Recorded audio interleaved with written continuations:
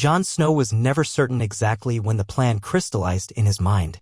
One moment he was steeling himself to depart Winterfell under King Robert's watchful gaze in the retinue of half the court. The next, the thought came to him fully formed. He would leave first, slip away with the dragon, and reach King's Landing on his own terms. He told himself it was the only way to keep the creature from harm, to ensure no one discovered it, especially not Robert Baratheon, whose hatred for Targaryens burned as fiercely as his appetites.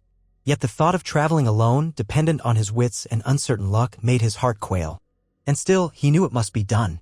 He felt that the night before he fled, the dragon was restless beneath Winterfell, shifting in the dark cavern, scales scraping against ancient stone. Jon slipped down into those hidden depths, carrying a small lantern that did little to pierce the blackness, and there he found the creature stirring as if it sensed his intentions. Its golden eyes regarded him with what he could almost believe was understanding. He laid a cautious hand on its flank.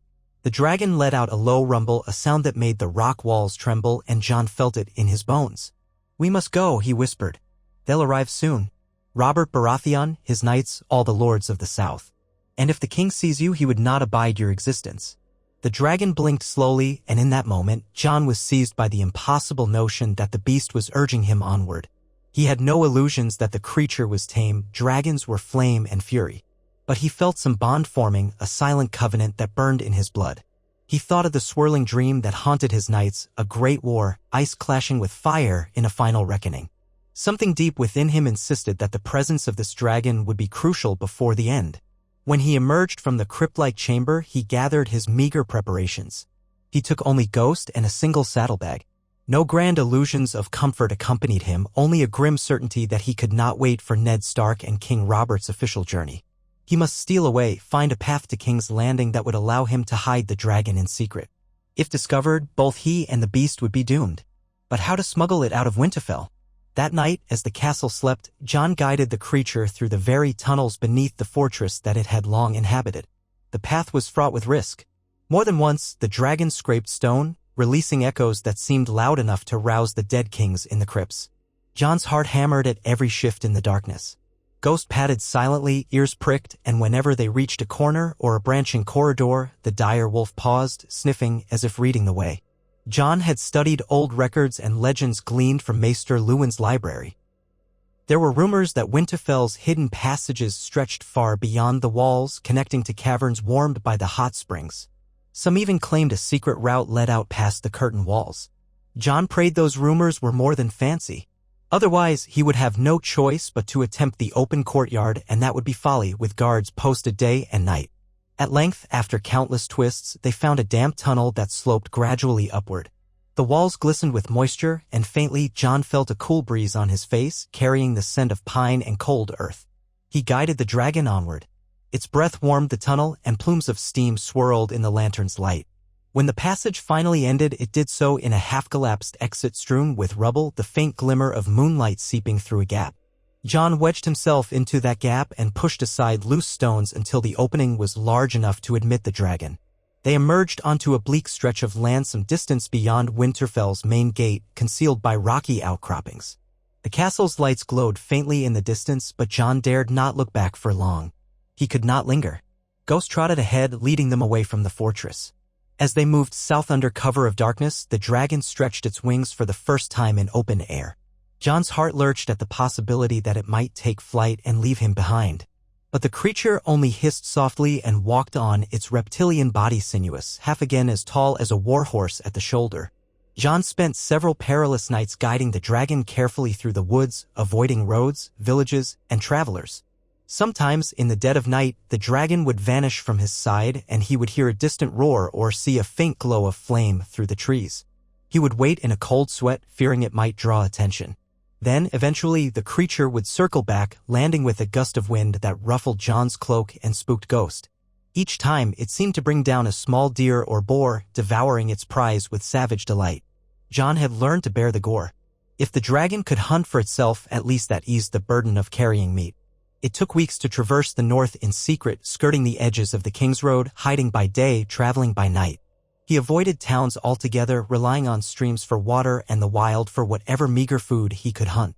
Sleep came fitfully, stolen in short bursts. Twice he thought he glimpsed travelers in the distance, small folk or wandering merchants, but he kept well clear. The presence of a monstrous reptile would have caused panic beyond measure. Gradually the land warmed. Snow gave way to slush, then to muddy ground. The pine forests thinned, replaced by stands of oak and birch. They edged near the neck, that treacherous region of bogs and swamps that separated the north from the south. Here, traveling grew harder. The ground was wet and sinking in places, the water thick with reeds. Mosquitoes descended upon them in clouds, forcing Jon to keep the dragon's fiery breath firmly reined in by leading it to drier patches. He worried that one stray bit of flame might set half the swamp ablaze. But the dragon proved surprisingly cunning, slithering over ridges and stony rises with an almost feline grace. Jon pressed on, heart pounding each time he heard a frog croak or water ripple with alligators. The presence of a winged predator might have frightened off most swamp beasts, but they never lacked hazards in the neck. Eventually, they passed the ruins of Moat Cailin at a distance, the crumbling towers that had once protected the north from southern invasions. Jon felt a twinge of regret at not seeing them more closely. There was history there. But secrecy demanded caution. Beyond the neck, the terrain shifted again. The rolling hills of the riverlands spread before them, dotted with farmland and twisting streams. Jon found it easier to move at night here, with more open spaces and fewer swamps.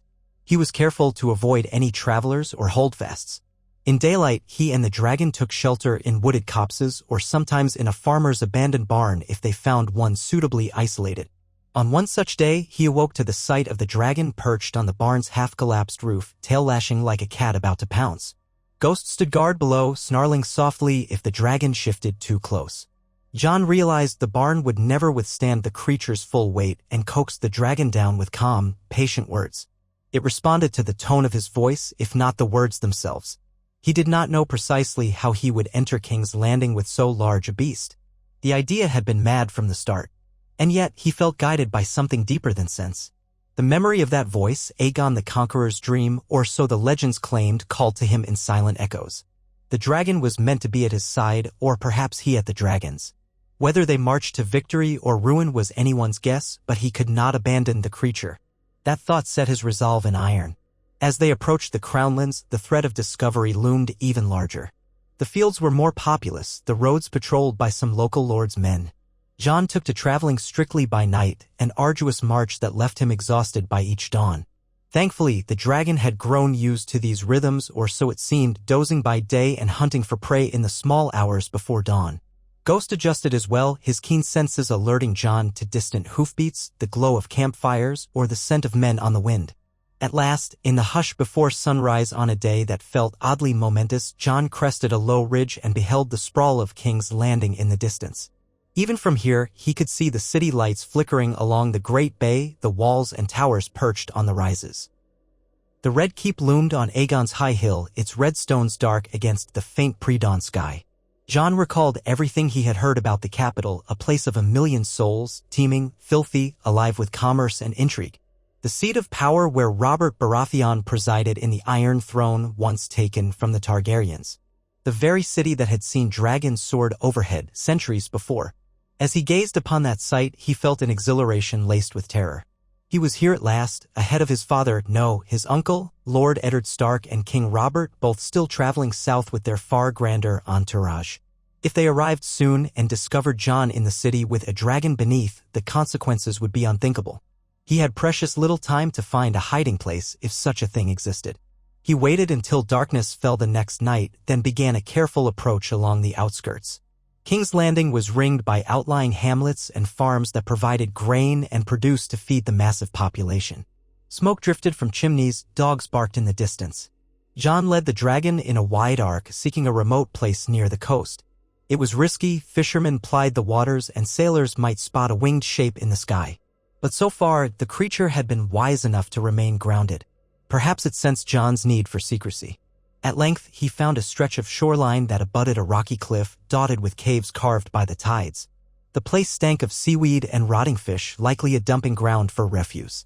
That very stench might help mask the dragon's presence. Jon ventured in with a torch, mindful of the risk of smoke or flame drawing curious eyes. The first few caves were too small or half-flooded. Finally, he located a larger one, the entrance wide enough for the dragon to crawl into if it flattened itself. The interior was cramped, with a ceiling that sloped upward the deeper one went. Seawater slicked the floor and barnacles clung to the walls. Jon called the dragon softly. The beast angled its wings and slithered in, letting out a rumbling hiss of displeasure at the cramped conditions. Ghost followed warily, his white fur muddy up to the belly. When they'd gone far enough that the city lights were no longer visible, Jon set down his torch. By the shifting amber glow, he could see the dragon sniffing at the air, unsettled. He pressed a hand to its flank, speaking in a low, reassuring voice. They would not stay here long if he could help it, but for tonight, they needed a base of operation. He did not sleep well, but he dozed lightly, Ghost curled at his side, the dragon's warmth radiating through the chamber. Morning came with the thunder of the tide. Jon ventured out cautiously, adjusting to the glare of daylight. Far off, the walls of King's Landing bristled with movement. There were the city's gates, lines of wagons and travelers waiting for inspection. Even from this distance, the cacophony of a million souls drifted across the water. Jon took a deep breath.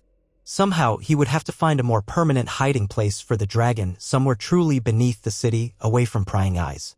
He knew there were rumored to be catacombs and labyrinths under the Red Keep, built by Maegor the Cruel and expanded by Targaryen kings. If those passages still existed, and if he could find them, he might shelter the dragon within the very womb of Targaryen power. The irony did not escape him. For now, he needed a plan. He had only a few coins that he had taken from Winterfell, coppers, and a handful of silver stags. Hardly enough to purchase a guide. Yet he could not walk about in broad daylight in tattered clothes, obviously come from the road, reeking of salt and sweat, with a dire wolf at his heel. He decided to stash Ghost near the cave for the day. It pained him to leave the wolf behind, but Ghost was conspicuous. The dragon, of course, would remain in the shadows until nightfall. Jon gave them both reassuring pats, then headed on foot toward the city gates, alone. The road leading to the mud gate was bustling, wagons loaded with fish from the Blackwater Rush, peasants carrying sacks of grain, a handful of freeriders in battered leather. Jon kept his hood low and queued among them, doing his best to blend in. He overheard travelers grumbling about fees or praising the king's new hunts. He tensed whenever a gold cloak guard glanced his way, but none seemed to pay him special notice. Once inside the city walls, he was assaulted by the stench of sewage, rotting waste, and sweat that was King's Landing's signature perfume. The streets were narrow, winding unpredictably between cramped houses, taverns, and shops. 1,000 voices rose in a dull roar. Jon's first priority was to secure some better clothing, something plain and serviceable. He found a small market stall in Flea Bottom, the poorest district of the city, where a few coppers got him a rough-spun cloak and tunic that didn't reek as badly as the gutters. He kept his sword hidden beneath the cloak, for being armed in Flea Bottom could invite challenges or desperate eyes. He also used a few more coppers to buy a pouch of dried meat and a loaf of coarse bread, enough to keep himself from starving. As the day wore on, he listened. Gossip spilled from every corner, a dice game in an alley, washerwomen cackling by the washtubs, and old fishermen selling eels from a barrow. Word had already spread of the king's journey from Winterfell. Some said Robert Baratheon and Ned Stark would arrive within a fortnight or sooner. Others whispered that the Lannisters were preparing feasts in the Red Keep. Jon's stomach twisted. He did not have much time. He needed to find a way beneath the castle before the king arrived in full splendor. That night, after slipping back to the cave with meager supplies, he sat beside the dragon in the darkness. It regarded him coolly, occasionally letting out a soft hiss. He fed Ghost scraps of dried meat, sharing a bit with the dragon as well, though the beast seemed to prefer fresh prey. "Tomorrow," Jon murmured to them both, "I'll find a way into the catacombs. Just wait." The next day, he scoured the city in a methodical search, keeping to the shadows near the Red Keep.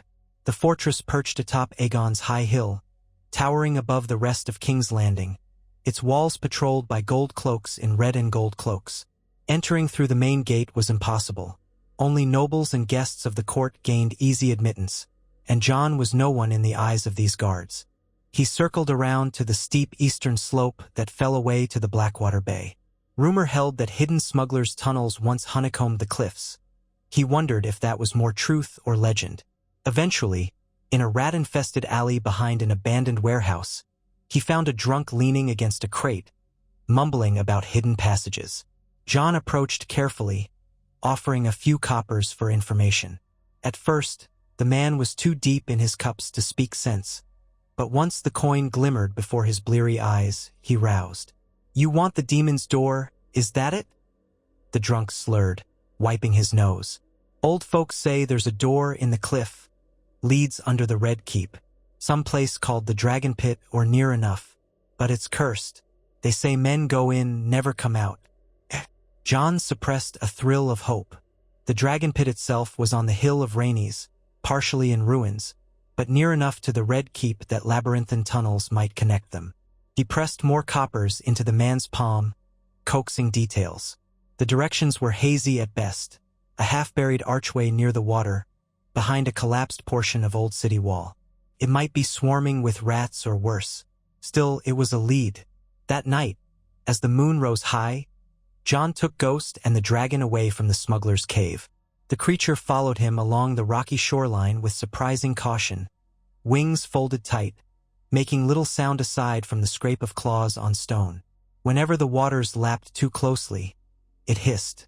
The night was brisk, the tide low. They worked their way beneath the looming cliffs, the high walls of the Red Keep far above. Finally, they found what might have once been a grand archway in ages past, now half collapsed and strewn with rubble. Seaweed draped across broken stones. A faint, dank smell wafted out from within, reminiscent of rotted sea creatures and stale air. It was large enough for the dragon if it ducked its head. Jon lit a small lantern shielded by metal slats, just enough to guide them inside without drawing attention from above. The tunnel yawned before them, sloping gently upward. The walls were damp, encrusted with shells, as though the tide had once reached this far. At intervals, twisted metal braces or rotted beams testified to some attempt at shoring up the passage, probably centuries ago. Ghost walked at Jon's side, nose low, occasionally baring his teeth at scuttling crabs that fled deeper into the darkness. They advanced slowly, careful not to slip on the slick stone. The dragon's bulk pressed close behind, each breath echoing with a soft rumble. Jon's pulse quickened. He felt again that strange certainty that this was where he needed to be, beneath the city where Targaryen might once have walked, in a labyrinth older than the Red Keep itself. Eventually, they reached a fork. One branch smelled of brine and decay, the other of stale air and something else that prickled Jon's skin. He chose the second, wanting to get away from the tidal stench. The tunnel ascended further, the walls shifting from natural rock to rough-hewn stone. The passage widened, large enough to stand two abreast. His lantern light revealed carved supports overhead, etched with sigils and shapes half worn away by centuries of damp. He paused, shining his light across one such carving. His breath caught the faint outline of a three-headed dragon. The Targaryen sigil, older than any living memory, left to rot here in the dark. The air grew warmer. Jon realized the city above must trap heat, and these tunnels had no breeze to disperse it. Or perhaps the warmth came from something else, something deeper. Ghost raised his hackles. Jon slowed, every sense alert, until he heard a soft sound from around the next bend, a voice chanting in a language he did not understand. He pressed himself against the wall, motioning for Ghost to stay back. The dragon, too large to hide easily, halted behind them, but it did not growl or hiss. Its eyes gleamed with that molten gold shine, watchful. Jon peered around the corner and saw a figure in red robes, hood drawn up, standing before a low, flickering brazier. The man's voice echoed in the tunnel, resonant and strange, words of supplication to a god Jon did not know. Then the figure turned, revealing a face lined by countless journeys, the skin burnished by the glow of the coals. He was a red priest of Lawler, if Jon guessed correctly, one of those who worshipped the Lord of Light. He carried a staff topped with a small wrought iron flame, which flickered with a fire that did not seem to consume any fuel. Jon fought the urge to retreat. Why was a red priest here, chanting in the dark beneath the Red Keep? But even as he hesitated, the priest spoke in a clear voice. "You need not hide, child of ice and flame. I have waited for you." Jon's heart lurched. He stepped around the bend slowly, revealing himself. Ghost padded beside him, silent as a wraith. The dragon pressed forward, half filling the tunnel behind. The red priest did not flinch at the sight of the dire wolf or even the monstrous reptile. He only inclined his head in solemn acknowledgement. "How did you know I was here?" Jon asked, voice echoing oddly. The notion that this priest had been waiting for him was disconcerting. "I saw it in the flames," the priest replied calmly. "Visions of a boy bound to the fate of dragons, lost in the House of Wolves. It was only a matter of time before you arrived." Jon shivered. He had heard tales of the red priest's supposed power to see glimpses of the future in fire. He had never believed them, or never wanted to. "What do you want from me?" he asked warily. The priest's gaze flicked to the dragon towering behind Jon. I come with warnings and tidings. The Lord of Light has shown me a war unlike any other, a war of ice and fire where the fate of men rests on the slenderest of hopes. He beckoned for Jon to approach the brazier where flames danced upon glowing coals. Look if you dare. Perhaps you will see what I have seen. Jon swallowed hard. Part of him wanted to refuse, to turn and find another passage for shelter. But curiosity and the memory of his own disturbing visions spurred him on. He stepped closer, peering into the flickering embers. The red priest murmured in that strange tongue, and the flames seemed to leap higher, swirling with shadows. For a moment, Jon thought he saw shapes, an army of twisted figures marching through snow, eyes glowing blue. Then the vision shifted to a black-winged dragon soaring over a field of white. Finally, there was a swirl of darkness and a single sword shining with fire held aloft by a faceless champion. He flinched away, his breath ragged. The images were too much like his own dreams. The priest nodded slowly. You see it? The war to come. The great other rises in the north, and only fire can stand against it. That is why your blood is so important. Jon exhaled, trying to steady himself. He realized the priest was confirming everything he had feared, that a threat beyond the wall grew in power, and that somehow he and this dragon were fated to contend with it. If you know about my blood, then you know the danger I'm in if the king learns I'm Targaryen, Jon whispered, tasting the word that still felt strange on his tongue. Aye, the priest said, regarding Jon with compassion. Robert Baratheon is a man of mortal fears. He crushed House Targaryen to seize the throne. He will not greet your presence with warmth. Jon glanced at the dragon. It rumbled quietly, as if hearing its name unspoken. But I must hide it. And me. I hoped these catacombs might serve. Indeed, the priest said. Follow me if you wish. These tunnels connect to the old dungeons beneath the Red Keep, passageways forgotten by most. There you may find a place to keep your companion, though it will be no garden. The darkness is deep, and many secrets lurk there. But perhaps that is what you need. Jon felt a surge of relief. He had not known how he would possibly find a safe corner beneath the city alone. Now, oddly, the Red Priest was offering to guide him. Why help me? Jon asked. Are you not loyal to the crown, or to some other cause? My loyalty is to the Lord of Light, and to the war that is yet to come, said the priest. What is a single king upon his iron seat, when the entire realm teeters upon an abyss? I do not see kings when I stare into the fire. I see the living and the dead. I see those chosen to champion life. You are one, though you may yet fail or fall. But I will offer what aid I can. Jon studied the man's face, searching for deceit. He saw only a solemn certainty, a fanatic's edge to be sure, but with no hint of malice. He nodded, stepping back to signal the dragon. The priest waved his staff. Come, he said simply, turning down a sloping tunnel that branched off the small chamber. They walked in darkness lit only by the staff's enchanted flame and the dim lantern Jon carried. The dragon prowled behind them, claws scraping the stone. Ghost padded silently, sniffing at the air. Now and then, Jon spotted a glint of bone in a corner, or heard the scurrying of rats, but no sign of living men. After a winding descent, they emerged into a wide corridor lined with what looked like old cells or storerooms. Iron gates stood half-rusted, some collapsed entirely. The ceiling rose high, supported by arches. Dust lay thick, as though no man had walked here in decades or longer. The priest gestured to a broad enclosure with a sagging iron portcullis. This space might serve as a lair, though you may wish to explore for one deeper still. The city's dungeons extend below the water level in some places, but those are best avoided. Floods, brackish water, and hidden terrors make them poor shelter. Jon moved into the enclosure, raising his lantern. The space was large enough for the dragon to lie comfortably. He tested the floor with a cautious step. It was stone, cracked in places, but felt solid enough.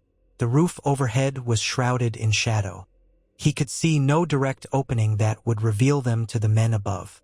Perhaps, if the dragon refrained from roaring, they might remain undiscovered. The dragon edged forward, snorting at the portcullis. It nudged the rusted iron aside with little effort, sending flakes of metal clattering to the ground. Jon rubbed the beast's scaly neck, crooning softly. The dragon let out a low sound that was not quite a purr, then settled onto its belly with a heavy thump. Ghost sniffed around the perimeter, hackles still raised but less tense. Jon turned to thank the priest, but found the red-robed man had stepped back, granting them space. "Will you remain here?" the priest asked. "For a time," Jon admitted. "At least until I can figure my next step. King Robert and Ned Stark will arrive soon.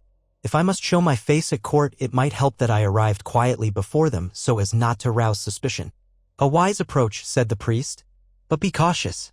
The Red Keep is a viper's nest. Cersei Lannister, the queen, is cunning, and the king's court is riddled with those who would sell secrets for gold or advantage. The moment they suspect your true heritage, you'll be hunted like a rabid dog." Jon's jaw tightened. "I'll be careful." He hesitated. "You spoke of a great battle of ice and fire. You believe it to be the war against the others, the White Walkers beyond the wall." That was the legend he had gleaned from old Nan's tales, from overheard talk of the Watch. That was the threat he had glimpsed in his dreams. "It is," the priest said gravely. "They stir, and the realm is unprepared. They will sweep south in a tide of death unless we find a champion to unite the living. That champion must wield fire, or we all perish in the cold." Jon swallowed. "That's a grim thought." "It is the truth," the priest replied. "I will return to you when I can. In the meantime, I have business in the city above. There are fellow priests who gather in secret, and not all are in agreement as to who might be Azor, a High Reborn, the prophesied hero. Some believe it to be another. But the flames show me you have a part to play whether or not you accept that mantle. Take care, child of ice and fire." He inclined his head and withdrew, disappearing into the darkness with scarcely a sound. Jon stared after him, mind whirling. Azor, a High Reborn, the prince that was promised. He had heard fragments of these prophecies, but never truly believed them. Now, it seemed he was plunged headlong into the center of them. He felt a chill that had nothing to do with the dank air. Prophecies were dangerous, shaping men's destinies whether they willed it or not. But even more dangerous was ignorance. If the others were truly stirring, the realm would need every advantage it could muster, including dragons. He exhaled and turned to the dragon, which had begun to nose around the enclosure, testing the ground with its claws. "We'll stay here," Jon murmured, dropping to one knee. "At least until I can find a safer place or make arrangements." Ghost trotted up, brushing his muzzle against Jon's arm. Jon stroked the direwolf's ears, grateful for the familiar comfort in this vast, unknown labyrinth. He spent the rest of that night exploring the adjacent corridors, checking for signs of recent use. He found one large chamber filled with dusty old barrels, half-rotted casks that might once have held wine or grain. A few coiled lengths of rope, green with mold, lay in a corner. In another corridor, he discovered a collapsed passageway that smelled of stagnant water. Small fish bones littered the floor, suggesting it flooded from time to time. He decided to avoid it. The deeper he went, the more he realized how immense the dungeons were. The Targaryen kings had built them as a place for confining traitors and monstrosities, or so the stories said. It was not difficult to imagine men vanishing here forever. Eventually, he returned to the dragon's makeshift lair. He fashioned a small sleeping space for himself using his worn cloak and gathered straw from a broken crate. The day was near at hand, judging by the faint sense of time he had honed traveling. He extinguished his lantern to conserve oil, letting the darkness envelop him. Ghost settled at his feet, while the dragon dozed fitfully, occasionally shifting with a metallic rasp of scales on stone. Despite the strangeness, despite the lurking fear of discovery, Jon felt a surge of relief. He had made it here to the capital with the dragon hidden away. That, at least, was something. When he woke later, stiff and hungry, he resolved to gather more supplies.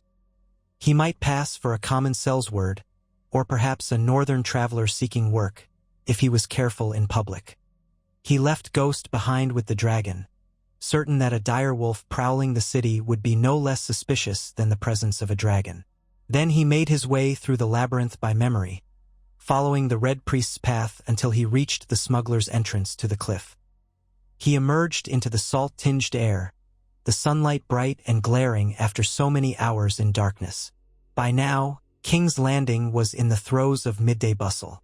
Merchants hawked their wares, gold cloaks patrolled, children ran shrieking through the alleys. Jon moved carefully toward a busier district, hoping to buy food without rousing suspicion. He thought of seeking a job, but that would risk forming ties and acquaintances who might ask too many questions. Perhaps it was best to remain a ghost in this city, as silent as his direwolf's name. He purchased stale bread, dried beans, and a bit of salt fish cheap fare to sustain him and share with Ghost. The dragon would need fresh meat, so Jon spent part of the day venturing outside the city walls to hunt rabbits in the scrubby hills, returning before dusk. He had never imagined living like this. Half recluse, half refugee, burrowed in the darkest corners of the realm's grandest seat of power. But necessity demanded it. Over the next days, he established a cautious routine. By night, he might slip through the city, eavesdropping on gossip in taverns, gleaning news of the court's approach. By day, he lingered with the dragon in the catacombs, ensuring the creature's roars stayed muffled. Now and then, the Red Priest appeared, emerging like a wraith from a side passage. He told Jon bits of what he had learned above, that the king's retinue was indeed close, that the city's mood was anxious, uncertain how Robert would react to rumored tensions with House Lannister. Jon gleaned that the small council was in turmoil since Jon Arryn's death. Varys the Spider, the master of whisperers, had grown more watchful than ever. "You should take care not to draw the spider's notice," the priest warned, voice low. "He keeps little birds in every corner." A sudden new presence in the city, especially one with a dire wolf at his side, might spark curiosity. Jon nodded grimly. "I'll be careful. As for the reason I'm here, it must remain hidden." The priest studied the dark recesses of the makeshift lair where the dragons slept in the shadows. "Pray it is enough. The time will come when secrets must be revealed. But until then, hold them close." Jon clenched his jaw. He recalled the swirl of images in the flames, the others, the war to come. "If the realm is threatened, maybe we need the king's help." The priest let out a quiet sigh. "The king is but a man, and a flawed one at that. He might not heed any warning that threatens his pride. Remember, he raised his banners to destroy the Targaryens. He will not welcome the notion that one yet lives with a dragon, no less." Jon knew all that too well. If Robert learned the truth, there would be blood. So he kept to the shadows. All the while, rumors of the king's imminent arrival grew stronger. Jon heard talk of the royal barges nearing from the Rose Road, carrying Queen Cersei, the princes, and the princess. Knights and lords would fill the city in a matter of days. Jon considered slipping away entirely, but he felt compelled to stay. Perhaps he needed to see Ned Stark, his uncle, his father figure, and judge how best to proceed. A part of him longed to confide in Ned to reveal the truth of his Targaryen blood. But he could not be certain how Ned would respond in the heart of the capital, surrounded by watchers and foes. As the day of the royal arrival dawned, the city erupted in celebration. The streets were swept, though not well, banners were hung from the gates, and the gold cloaks stood at attention. Jon watched from a vantage point on a cramped rooftop near the Street of Flower, carefully disguised in a plain hood and cloak, as the trumpets announced King Robert's entrance. Even at a distance, Jon could see the swirl of color, the knights in gleaming armor, the Lannister crimson fluttering near the royal wheelhouse. Then he spotted Ned Stark riding with somber grace, his northern bannermen behind him. The crowds cheered. Robert waved and grinned as larger-than-life as ever, though Jon detected a certain weariness in the king's face. Maybe the southern heat was taking its toll. He retreated before the royal party reached the Red Keep, not wishing to risk being recognized by any sharp-eyed northerners. Instead, he followed the flow of the crowd from a safe distance. Shouts and cheers turned to rowdy excitement as the king's men spilled into taverns. The capital was abuzz with knights challenging each other to feats of arms, merchants hawking trinkets for the newly arrived highborn. Jon drifted through it all, silent as a wraith. That night, while sitting alone at a corner table in a dingy tavern near the fishmonger's square, he overheard a pair of guards gossiping after too many cups of ale. "The king's half-mad with delight," one said, slurring. "He's going to throw feasts and tourneys, the whole shebang, just to show Lord Stark a good time. Meanwhile, that spidery fellow, Varys, says we can't afford it. Says the treasury's near empty." The guard belched. "King doesn't care. He's got half a mind to name a new hand and set the realm's debts on him, I say." The other guard snorted. "What about that brood of the king's? The crown prince, he's about as charming as a goat with colic. Lancel says the lad whines about everything." "Bah," the first scoffed, draining his tankard. "If the king had a real heir, maybe he'd be prouder. At least those Stark boys know their swords from their sticks." "Heard the bast?" He paused, glancing around, then lowered his voice. "Heard Ned Stark's bastard was quite the swordsman up north. Robert was impressed, or so the rumor goes. Be funny if the king liked the boy more than his own brats, but the queen would have a fit if she heard that talk." Jon froze, blood pounding in his ears. Word of his sparring matches with the king's squires had apparently traveled more widely than he'd realized. He remembered Robert's half-jesting invitation that Jon come south and squire for him. Now the king was here, lamenting his own children. If Robert discovered Jon was in the city, perhaps it was only a matter of time. Nervous energy coiled in Jon's gut. He downed a swallow of the watery ale, his first drink all day, then slipped out before the guards noticed him listening. He returned to the catacombs, turning over the guards' words. Robert Baratheon was not shy about expressing disappointment in Joffrey. Jon recalled enough from Winterfell to know Joffrey was vain, cruel, and cowardly at heart. Now, among the intrigues of King's Landing, that cruelty could only fester. If Robert truly loathed his heir, might he look for a surrogate son? The notion rattled Jon. He wanted no part of that twisted family dynamic. He only wanted to protect his own secret and find a way to prepare for the war that loomed beyond the horizon.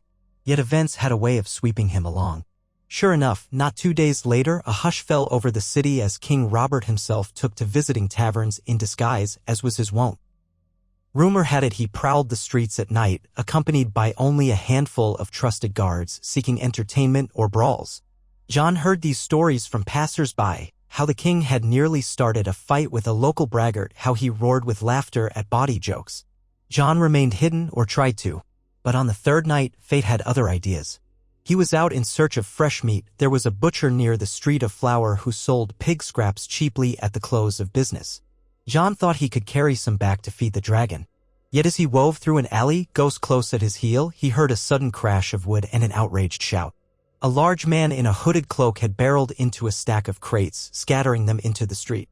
A group of drunken men jeered, pushing the figure around. Jon paused, heart sinking at the sight of the man's broad shape, the thick beard visible beneath the hood. It was King Robert, almost certainly, though he wore plain clothes. The men prodding him were likely too drunk or stupid to realize who they were harassing. "Out of my way, old man," one sneered, brandishing a knife. "You knocked over my friend's crates. That'll cost you a few silver stags, or maybe your teeth if you've none to pay with." Robert let out a growl. "You dare talk to me that way?" He stopped, glancing around, perhaps remembering that revealing himself as king here would cause a stir. One drunken man might have recognized him anyway, for he barked a laugh, stepping closer with an ugly leer. You should what, fat man?" Jon didn't think. He set down his small sack of scraps, drew his sword, and stepped into the alley. Ghost padded at his side, silent and menacing. "Leave him be," Jon said, leveling a hard glare at the men. "There's no quarrel here." They turned, scowling, knives glinting in the torchlight from a sconce overhead. The nearest was tall, reeking of ale and fish, a greasy cloth over his hair. "Who are you, boy?" he slurred. "This big fellow owes us coin for these crates." Robert seemed half ready to roar his identity or break the man's skull. But Jon caught the king's eye and gave a slight shake of his head. He recognized that if Robert revealed himself, it would stir half the city's hornet's nest. Plus, these men might do something foolish before they realized the danger. "Let me pay," Jon offered quietly. He fished a few coppers from his pocket, tossing them onto the street. "For the crates." The tall drunk eyed the coins with contempt. "That's not near enough, pup," he said, stepping forward. Jon saw the flicker of aggression in the man's eyes. He realized these rogues wanted blood more than coin, and they outnumbered him 5-1. Robert was unarmed, or at least without a visible weapon, and might be too deep in his cups to fight effectively. Jon adopted a ready stance.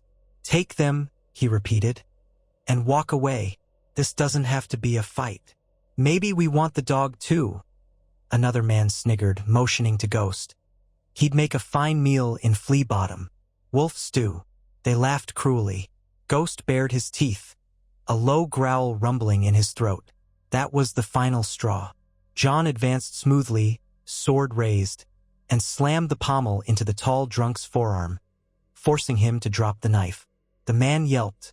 Another lunged at Jon from behind, but Ghost darted in with a vicious snap, teeth clamping on the attacker's calf. A third man rushed forward, brandishing a cudgel. Jon parried the blow, sparks flying, and twisted, disarming him with a practiced grace from training in Winterfell's courtyard. The man stumbled, cursing. Robert, for his part, bellowed a laugh and tackled one of the others, sending them both crashing against the alley wall. Even half drunk, the king was a bull of a man, and the unfortunate rogue was pinned with ease. With a grunt, Robert wrenched the man's arm behind his back, eliciting a shriek of pain. "You want to fight, you bastards?" the king roared. "I'll show you how we do in the Stormlands." Within moments, the drunks realized they were outmatched. One had lost his knife, another was howling with Ghost's jaws locked on his calf, and the one Robert pinned had begun babbling pleas for mercy. The two who remained unhurt fled, stumbling over crates, cursing. Jon swung around to keep them in sight, but they vanished into the darkness.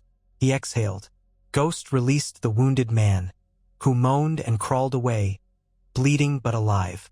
Robert yanked the pinned rogue upright, studying him with a fierce glare. Then, with a dismissive shove, he sent him sprawling. "Go, before I change my mind," the king growled. The man whimpered and limped off, supporting his injured comrade. Then, silence descended on the alley, broken only by Robert's heavy breathing. He turned to Jon, swaying slightly, the hood falling back to reveal his bearded face, florid from exertion and wine. His eyes widened as recognition sparked. "Well, I'll be damned," he said. "Ned Stark's boy, the bastard. Jon Snow, was it?" Jon's heart pounded. He bowed his head quickly, pushing down a surge of alarm. "Your Grace," he said, stepping back a pace. Ghost slunk to his side, hackles still raised. Robert shook his head in amazement. "Seven hells! You pop out of the shadows in King's Landing? I thought you'd be at Winterfell or the Wall by now." His gaze flicked to the sword in Jon's hand. "What are you doing here, lad? Sneaking around with a wolf at your side?" Jon scrambled for a lie. "I wanted to see the capital, Your Grace. I left Winterfell early, slipped away. I'm sorry if that displeases you." Part of him quailed at how the king might react, but Robert let out a rough chuckle. "Displease me? You likely saved me from bashing that fool's brains in. I should thank you." He clapped Jon on the shoulder, his grip strong enough to make Jon wince. "You fight well, just as I remember. Old Ned never told me you'd come ahead of us, though. The old stiff probably doesn't even know. Does he?" "No," Jon admitted, lowering his gaze. "I left without word." He debated how much more to say. The best he could do was keep his answers vague.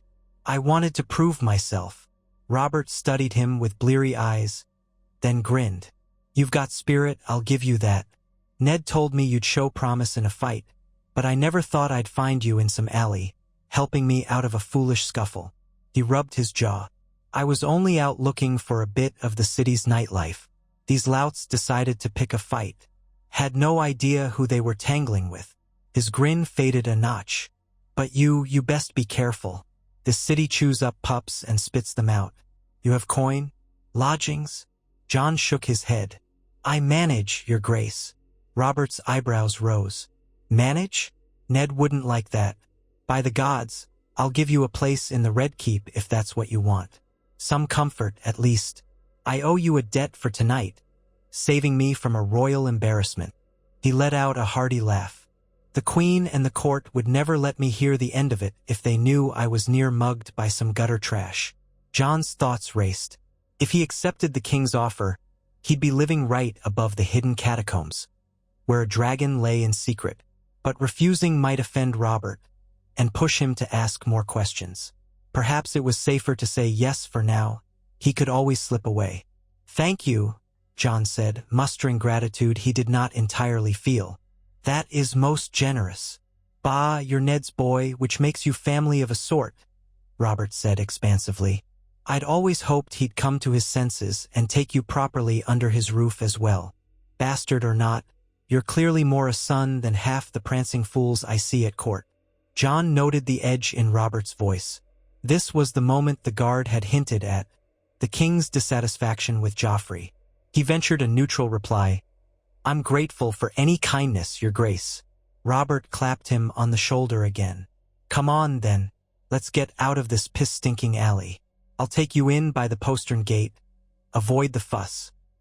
We'll sort out a bed for you. The Queen will scowl, but that's nothing new." Jon's mouth was dry. He nodded, following as Robert led the way. The king's stride was still confident, though weaving slightly from drink.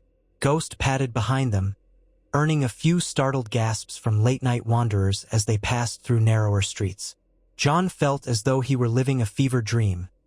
There he was, escorting the king in disguise, the same king who had killed Rhaegar Targaryen, Jon's true father. He forced the thought down, focusing on the immediate concern: how to keep the dragon a secret while living in the Red Keep. They arrived at a small side gate in the massive walls, guarded by a pair of gold cloaks. At sight of the king's face beneath the hood, they snapped to attention, alarmed at his clandestine excursion. Robert grumbled at them not to fuss, ordering them to let him pass with his guest. Inside, a shadowed courtyard gave access to a servant's entrance. Robert gestured for Jon to enter first, adding with a wry smile, "I'll have to smuggle your wolf in too, but I suppose Ned let you keep it in Winterfell, so I can't see much harm. Might scare a few maids, but that's a small price to pay." Jon tried not to wince. Ghost was about to become an object of attention for every Lannister and courtier in the castle. How would he ever slip away at night to tend the dragon? Still, he forced a nod. "Thank you, Your Grace. I appreciate your generosity." Robert waved him off. "You saved me from some awkward explaining, lad. I won't forget that. Now, let's see if I can get you a chamber that won't make the queen's eyes roll clean out of her head." He let out a booming laugh and beckoned a steward who had hurried up at the sound of voices. Within a quarter hour, Jon found himself ushered into a modest chamber off a side corridor near the castle's guest wing. It was more comfort than he had known in weeks of hiding. There was a bed with fresh linens, a wash basin with clean water, and a single window overlooking the lower bailey. Ghost sniffed around, tail low, uncertain about these unfamiliar scents. Robert lingered in the doorway, crossing his arms over his barrel chest. "You'll rest well here, I hope," the king said, his tone kinder than Jon had ever heard. "In the morning, I'll have one of my squires fetch you proper clothing. I want you to look like a true warrior, not some ragged sellsword." Jon bowed his head. "Yes, Your Grace." Robert nodded, gazing at him for a moment as if seeing someone else. Then he grunted, "Get some sleep. If anyone troubles you, tell them you're here as my guest. Let's see them question that." He flashed a grin and departed, leaving Jon alone. For a long moment, Jon stared at the door. He felt relief that he had won the king's favor, but fear gnawed at him too. Now he was inside the Red Keep, precisely where he had not wanted to be, at least not in the open. The dragon was still waiting in the catacombs. How would he feed it, visit it, or keep it from venturing out in hunger? Each question churned his stomach, but there was no turning back. He had to adapt or risk Robert's suspicion, which would be even deadlier. At dawn, servants arrived with breakfast and new garments. They did not ask many questions except to shoot astonished glances at the dire wolf perched near the bed. Jon thanked them quietly, changed, and made his way into the corridors of the Red Keep, hoping to find a path down to the catacombs unnoticed. But that was easier said than done. Guards roamed everywhere, the halls thronged with visitors come to greet the new hand of the king, Ned Stark.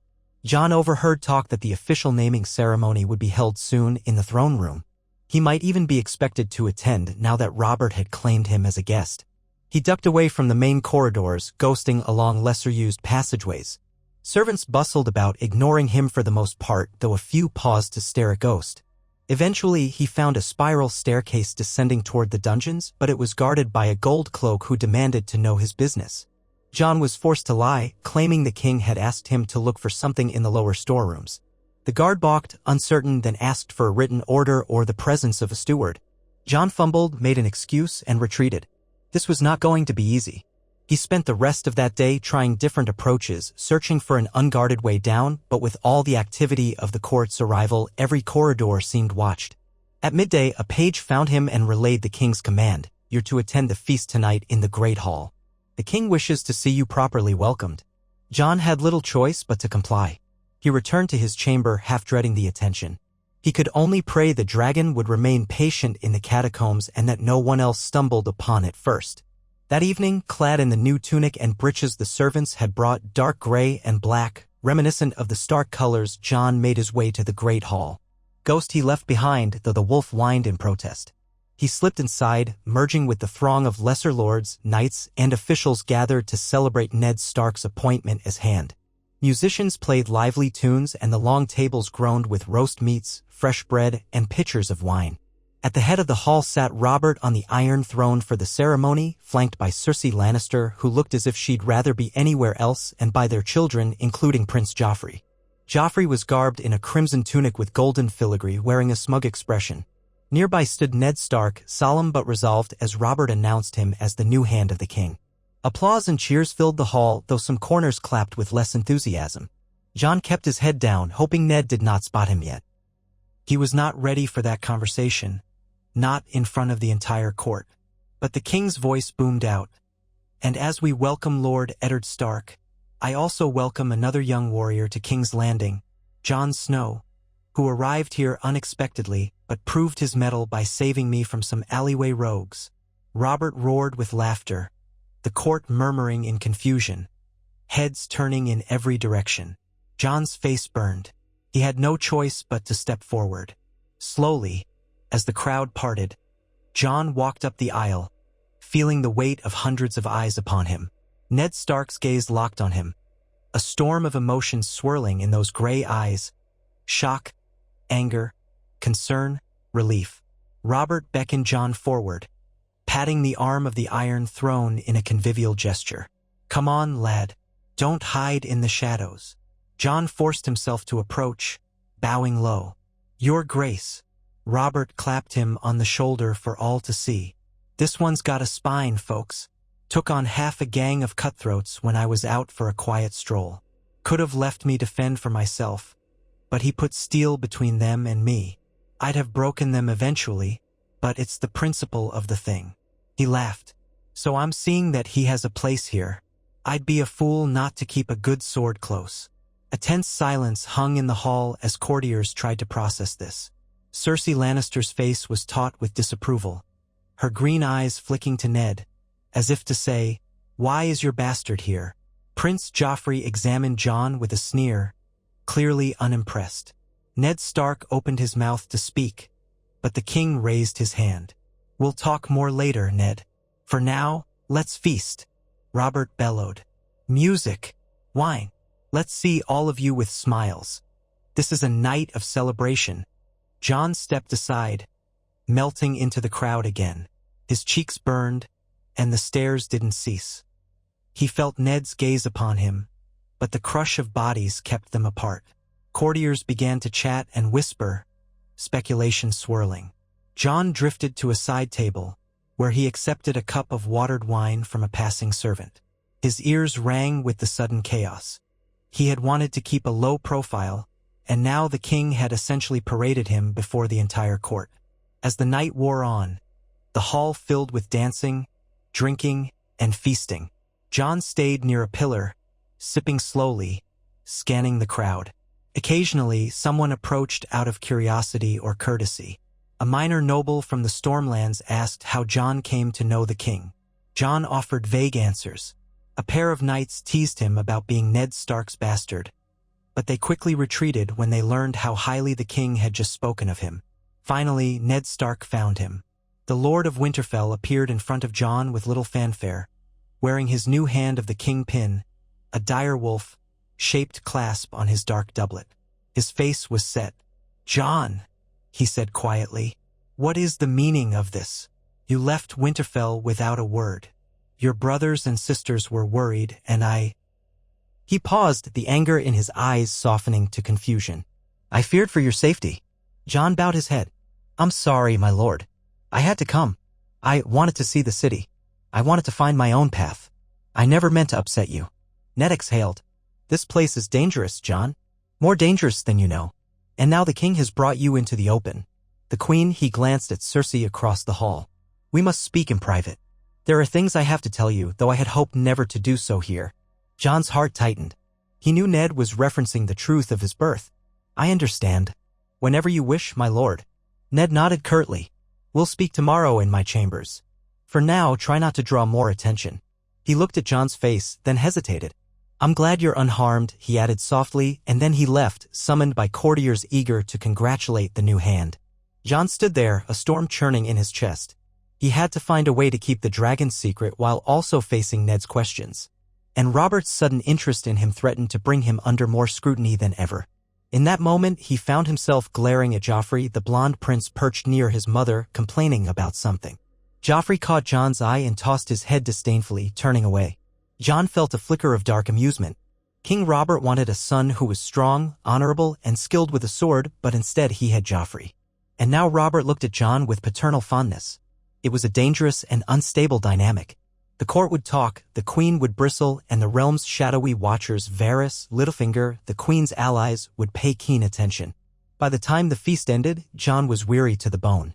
He slipped away before the final toasts, returning to the chamber the king had given him. Ghost greeted him with a quiet whine. Jon scratched the wolf behind the ears, promising that he would soon take him hunting. Then Jon stared out the narrow window at the moonlit roofs below. The Red Keep sprawled on the hill, labyrinthine and full of secrets. Somewhere far beneath his feet, the dragon waited, likely growing hungry or restless. Soon, he would have to slip away again and bring a fresh kill. But how? The knock on his chamber door startled him. He opened it cautiously, half expecting a guard or a suspicious lord, but instead found the red priest who had guided him in the tunnels. He stood in the corridor, flames dancing from a small candle in his hand, though no molten wax dripped. How he had navigated the fortress unchallenged, Jon could only guess. "You," Jon breathed, stepping aside to let him enter. "How did you?" "I have my ways," the priest murmured, glancing around the chamber. "I see the king has taken a shine to you. That will make your task both easier and more perilous. You must return to the catacombs tonight." The dragon grows impatient and hunger gnaws at it. Jon rubbed a hand over his face. "I know, but the corridors are guarded. I can't simply stroll down there." The priest's voice was gentle. "Let me show you a hidden way. But we must move now, while the castle sleeps from too much wine." Jon nodded, retrieving his sword and beckoning Ghost to follow. He could not risk leaving the wolf behind, especially if the red priest knew another secret path. They slipped into the corridor, the priest leading them along a route that twisted through servant staircases, half-concealed doorways, and narrow passages behind the walls. Jon was astonished by how easily the priest navigated. Before long, they reached a small panel that slid open into a pitch-dark corridor. The priest's candle burned with an uncanny glow, guiding them down a flight of crumbling steps. Soon, the familiar damp air of the catacombs enveloped them. Ghost led the way in the final stretch, nose twitching as he caught the dragon's scent. They emerged into the large corridor near the lair. The dragon, hearing their footsteps, let out a sharp hiss. When the priest's candlelight revealed Jon, the creature rumbled in greeting, though the sound resonated in the stone like an earthquake. Jon winced. "Quiet," he whispered. "You'll wake half the castle." The dragon snapped its jaws, eyes glittering. Jon laid a calming hand on its flank. He had brought a small sack of scraps from the feast, leftover bones and gristle he had pilfered from the tables, but it would hardly be enough. "We need to hunt," he murmured to the priest. "There's no game down here. The hour is late, but you might find some stray cats or rats in the deeper tunnels," said the priest. "Hardly a meal. You'll need to slip out again soon, beyond the city walls. I can help, but not every night. You must be strategic or you'll draw attention." Jon nodded. It was a precarious plan. Each time he left the Red Keep after dark, he risked discovery by the gold cloaks. But the dragon had to eat. He wondered how the Targaryens of old had managed EIR dragons in King's Landing without half the city panicking. Then he remembered that the Targaryens had been public about it, dragons soared above the dragon pit for all to see, kept in check by a powerful monarchy. Now in this age, dragons were thought extinct, and a hidden one was a monstrous secret. For the realm's sake and his own, Jon had to keep it quiet until the time was right. He fed the dragon what little he could. It devoured the scraps, rattling the stones with impatient snorts. Then, at the priest's urging, they explored a deeper corridor lined with half-collapsed arches that reeked of sewage, hoping to find stray animals. A few fat rats skittered about, which the dragon swiftly snapped up, though that hardly satisfied its hunger. It let out a mournful growl, smoke curling from its nostrils. Jon soothed it, promising that soon he would take it outside the walls to hunt more substantial prey. When they returned to the lair, the priest turned to Jon. "The war draws nearer with each passing day. Have you spoken to your father about it?" Jon's throat tightened. "He's not my father." "True, but he raised you. Lord Stark might listen if you share what you know of the threat beyond the wall." Jon didn't answer immediately. He thought of Ned, so busy now with the duties of the hand. He's an honorable man, but here in the capital he'll have enemies on all sides. If I tell him about the dragon, about my blood, I could doom us both." The priest inclined his head. "Then the burden remains with you. Guard it well." His gaze flicked to the dragon, which had curled up again. "I will come and go as I can to warn you of shifting dangers. The king's sudden favor might turn sour if he senses betrayal." Jon pressed his lips together. "I understand. Thank you." The priest gave a slight bow and departed into the darkness, leaving Jon alone with Ghost and the dragon. For a moment, Jon leaned his forehead against the dragon's scaled side, exhaustion pressing down on him like a heavy mantle. "What am I doing?" he whispered to the silent stone. "I'm stuck between the king, Ned Stark, and a prophecy about saving the realm. And if any of them learn the truth, we could all be undone." The dragon offered no answer, only the rhythmic sound of its breathing. Ghost lay at Jon's feet, watchful. At length, Jon stood and made his way back up to his borrowed chamber via the hidden path. If anyone saw him in the halls at this hour, he would claim to be searching for the privy. That lie would not hold forever, though. Sooner or later, his nighttime wanderings would draw attention. In the days that followed, life in the Red Keep turned into a precarious dance. By day, Jon attended the training yard or accompanied the king on walks through the castle, forced to endure the stares of courtiers who wondered why Robert doted on a bastard from the north. Ned Stark wanted to speak with Jon in private, but the king seemed determined to include Jon in all manner of court gatherings, as if showing him off. Robert boomed with laughter, telling stories of how Jon bested a squire up north. Joffrey glowered, occasionally making snide remarks. Cersei watched with thinly veiled contempt. "Jon Snow," she said icily one afternoon, encountering them in the courtyard. "I hope you find the accommodations pleasant. If there's anything you require, I trust you'll ask the king." Her tone left no doubt that she considered him an intruder. Jon bowed. "Thank you, your grace." She swept off, leaving a trail of ladies-in-waiting struggling to keep up.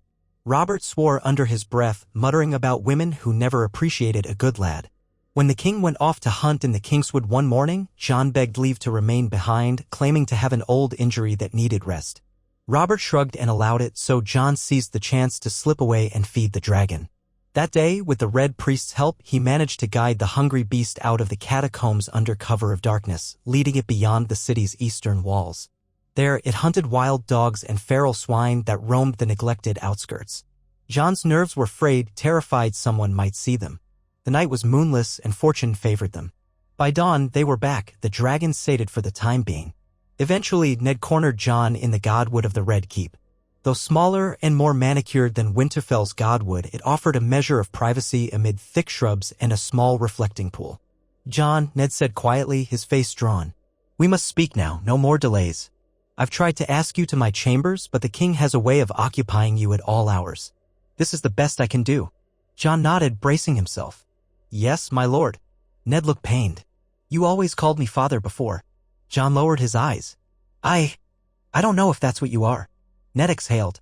"Listen to me carefully, Jon. If you stay here, in the heart of politics and schemes, you will be in danger. I had hoped to shield you, but I see that Robert's affection has thrust you into the light. That is not a safe place for a bastard, especially not one of your blood." Jon tensed. "So you admit it?" Ned hesitated, glancing around to ensure no one listened. "I will not name your mother here, not in this castle where every wall has ears. But yes, you are not my son by birth, though you carry half my blood. That is all I can say." His voice trembled with the weight of unspoken truths. "If the truth ever came out." Jon swallowed hard. "Robert would kill me." Ned closed his eyes. "He might. Or the queen might do it before Robert could act. The moment the Lannisters sense a threat to Joffrey's succession, they are not gentle foes. Jon, I beg you, return north. Join the Night's Watch if you must, but do not remain here." Jon felt tears burning behind his eyes. He had yearned for this conversation all his life, and now that it was here, it solved nothing, only confirming the danger. He thought of the dragon hidden below, of the prophecy of ice and fire. "I can't leave," he whispered. "There are things I must do, things that could save lives in the winter to come." Ned stared at him, mystified. "Jon, if you speak of the threats beyond the wall, we can send ravens, gather the realm's defenses. But staying here—" "I'm sorry," Jon said, stepping back. "I know you mean well, but I have to make my own path." Ned's brow furrowed in distress. "You're as stubborn as your mother," he murmured, voice thick with an emotion Jon could not name. "Very well. But please keep a low profile. And if trouble arises, come to me at once. I will do what I can." Jon nodded, feeling both comforted and trapped by Ned's concern. They parted ways with no further revelations, for Ned dared not speak them in the open. Jon retreated to his room, where Ghost awaited him. He buried his face in the direwolf's fur, trembling with the enormity of it all. Ned had all but confirmed the Targaryen blood running in his veins, at least enough that Jon no longer doubted. But Robert was there at every turn, praising Jon, introducing him to lords, hinting that he might bestow a knighthood upon him one day. Each word was a sword hanging over Jon's head. If the king discovered the truth, that paternal interest would turn to lethal hatred in a heartbeat. Worst of all, as the days passed, the tension in the Red Keep mounted. Rumors spread about the king's lavish spending, the queen's displeasure, and the unstoppable rise of Lannister influence. Ned Stark had begun investigating the death of Jon Arryn, the previous hand, who had apparently stumbled upon some secret about the royal line. That secret, Jon suspected, might well be that Joffrey and his siblings were not Robert's children at all. In any case, the castle swirled with whispers of espionage and hidden parentage, exactly the sort of environment that could expose Jon if he was not careful. One evening, Robert summoned him to a private supper. Jon arrived to find the king alone, already half drunk, seated at a table piled with roast boar and flagons of ale. Robert beckoned him over. "Sit," he commanded. "We'll talk man to man. No courtiers around." Jon swallowed, taking a seat. Ghost lingered by the door, watchful. Robert poured ale sloppily into 2 cups.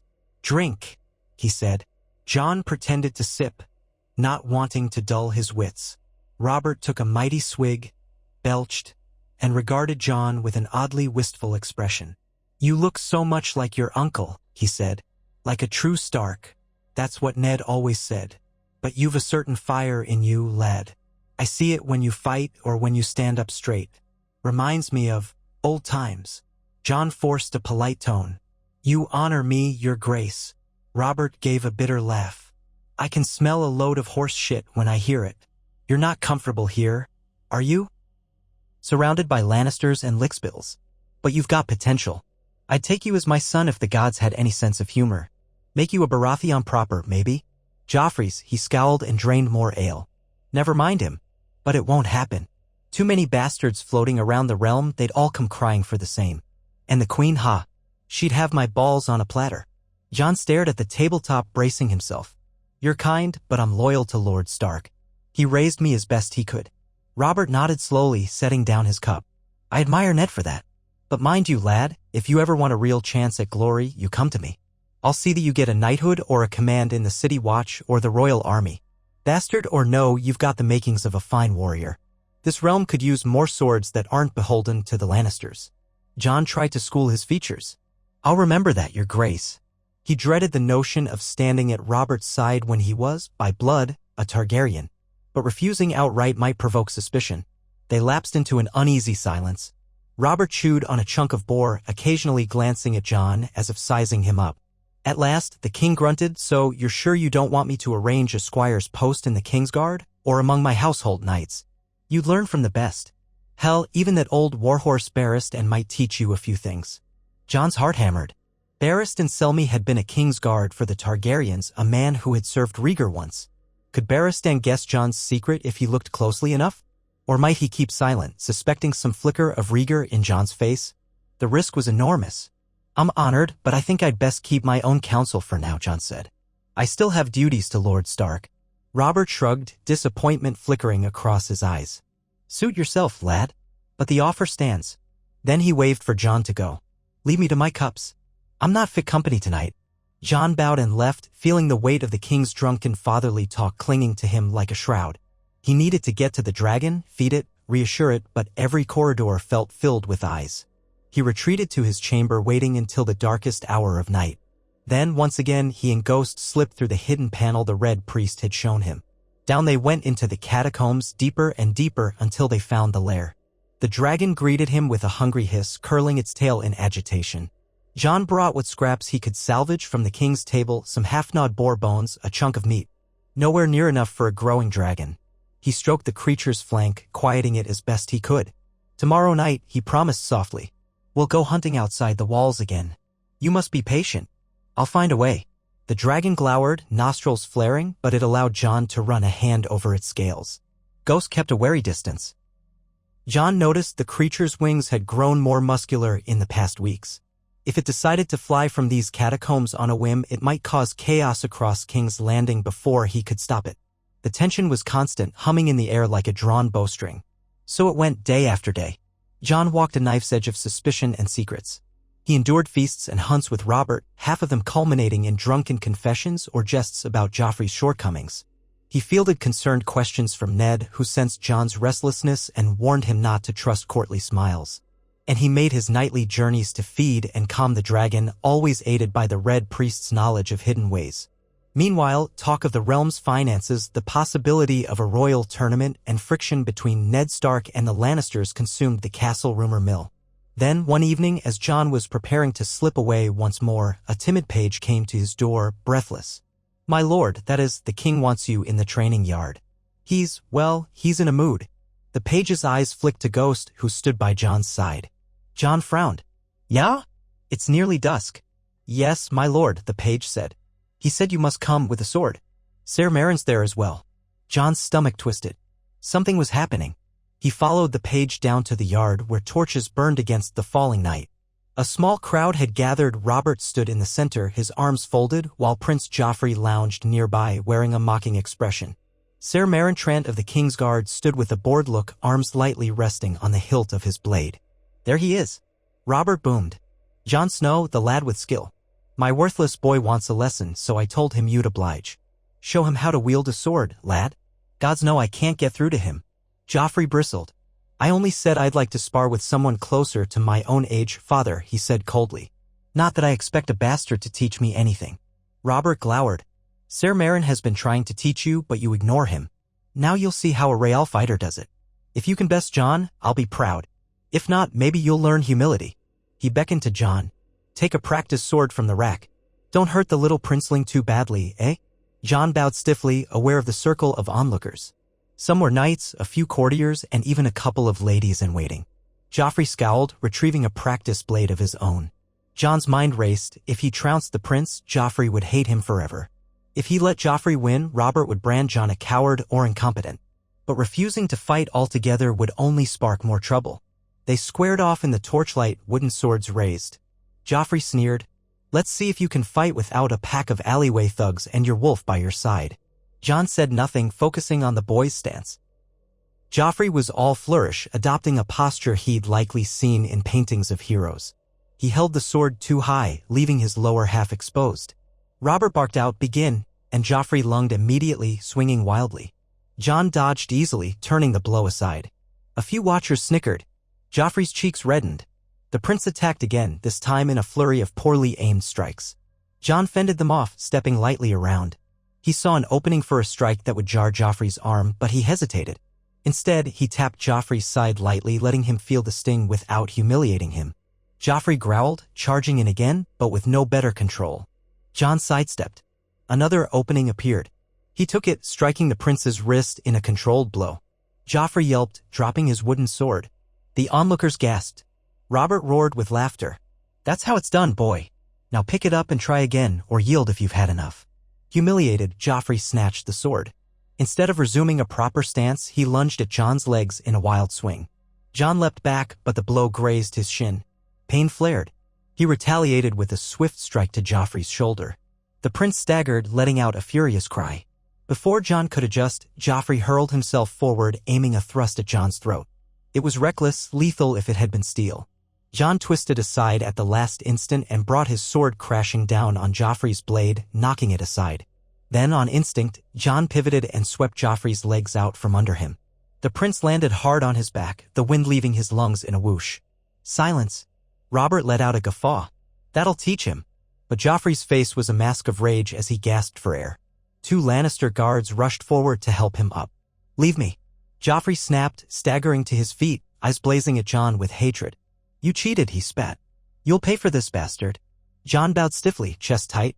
"I only did as the king ordered, your grace." Joffrey glared, then stormed off. Robert shook his head, muttering about his son's lack of discipline. Most of the crowd dispersed, whispering.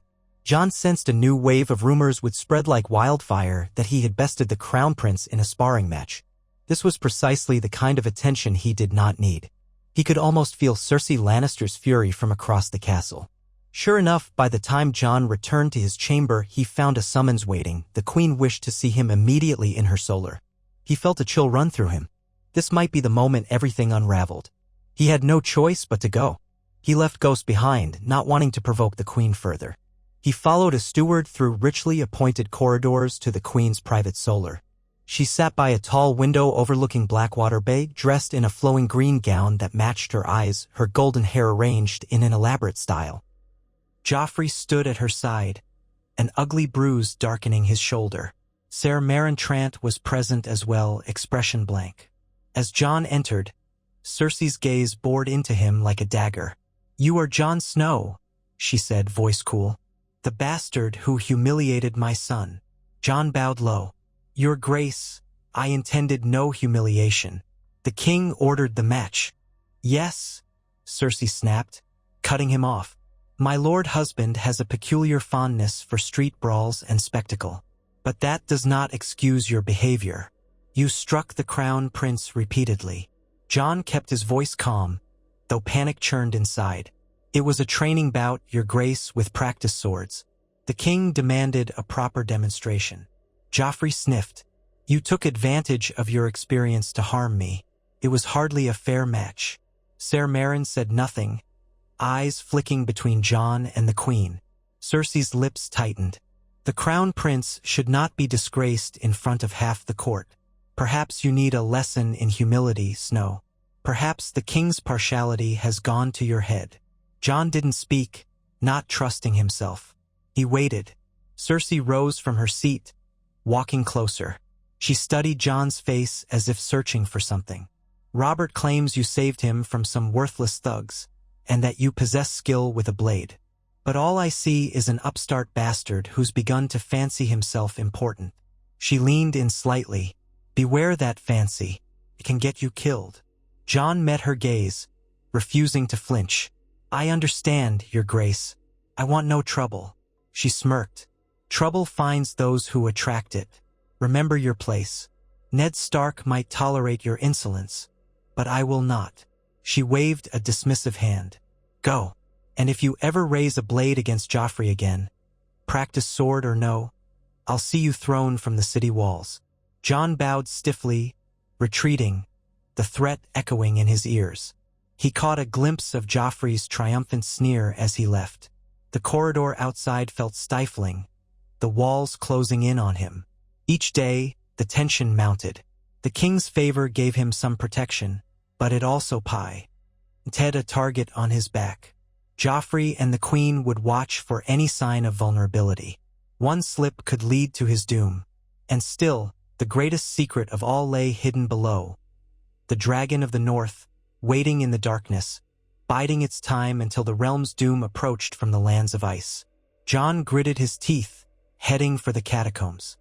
He would feed the beast, reassure it, and pray to the old gods and the new that he could keep this fragile balance a little longer. If that meant walking a fine line between Robert's unwanted fatherly affection and Cersei's wrath, so be it. He had come too far to abandon the dragon now. If the prophecy was true, if the war of ice and fire would soon engulf the realm, then he might be the only one who could keep the spark of dragon flame alive. And for that, he would endure any danger kings landing through at him. Jon Snow rose before dawn, slipping from the meager bed in the Red Keep chamber the king had given him. Ghost lifted his head, ears pricked, but made no sound. Outside the narrow window, King's Landing was just beginning to stir, a pale light brushing the sky above the city walls. Normally, Jon would have relished the hush of early morning, free of prying eyes. Yet his mind churned with worries that kept sleep at bay. He had just enough time to steal away and check on the dragon in the hidden vaults before the castle awoke in full. The beast needed constant attention and fresh meat, and every day that passed, Jon's dread grew. Sooner or later it would be discovered, or else it might take flight on its own in search of prey. He could not decide which would be worse: the king's unstoppable rage if he discovered a living dragon in the capital, or the chaos of the creature unleashing flame upon unsuspecting citizens. Neither possibility bore thinking about. He dressed in simple clothes, dark breeches and a loose shirt, pulled on his boots and paused only to rub Ghost's ears. The dire wolf pressed a damp nose to Jon's palm, silent concern in his red eyes. "Stay," Jon whispered, though it pained him to leave his companion behind. He could not risk an enormous white direwolf padding through the Red Keep's secret passages at this hour. Ghost belonged to the north, and in these corridors he drew every gaze. "I won't be long," Jon murmured, though he could not be entirely sure. He slipped into the hall and kept to the least-used staircases, as the Red Priest had shown him. The Red Priest, whose name Jon still did not know, had claimed the labyrinth of tunnels beneath Aegon's high hill was older than the Targaryen dynasty itself, expanded by Maegor the Cruel and never fully mapped. Even servants seldom ventured below the main storerooms. Thanks to the priest's guidance, Jon had memorized a hidden route that would take him down into the darkness. He moved carefully, listening for the footfalls of guards, stepping around half-sleeping stable boys. At one corner, he heard a pair of old washerwomen gossiping, but their talk was all about the new hand, Ned Stark, and how the king wasted gold. Jon waited until they were gone, then continued to a small wooden door. Beyond it lay a narrow spiral stair leading into gloom. He descended, the air growing stale and chill, the torch sconces unlit. At the foot of the steps, he found the loose stone panel, pried it open, and ducked into the narrow passage behind. The blackness pressed on him, so he lit the small lantern he carried, shielding the flame with his hand. As ever, the sense of traveling through an ancient tomb set his nerves on edge. Sometimes he imagined he heard whispering or the scuff of footsteps beyond the lantern's glow. But whenever he paused to listen, he heard only the faint drip of water, the soft scrape of rats. At last, the tunnel gave way to a broader corridor. He recognized the broken pillars to either side, the damp floor etched with shallow rivulets. Stale air rushed past him, carrying a whiff of sewage from the deeper dungeons. Overhead, the arches vanished into shadow. He followed his usual route until he reached the space where the dragon laired. Nothing announced it but a rusted iron portcullis lying half-propped against the stone. Inside, a large open cell offered a relatively dry floor. The creature had half-curled upon a bed of old straw that Jon had painstakingly dragged from neglected corners of the catacombs. The dragon heard him before he entered. Its head rose, eye gleaming in the lantern's glow. A low rumble filled the enclosure, a sound that always made Jon's breath catch. In the faint flicker of light, its dark scales shone with faint silver highlights and smoke curled from its nostrils. He could see the hunger in its eyes. He had brought a stringy piece of goat from a local butcher's leftover stock. Hardly enough to fill a dragon's belly, but it was something. "Easy," Jon murmured, approaching slowly. He unwrapped the bundle and tossed it onto the floor. The dragon surged forward with surprising speed, jaws snapping down on the meat.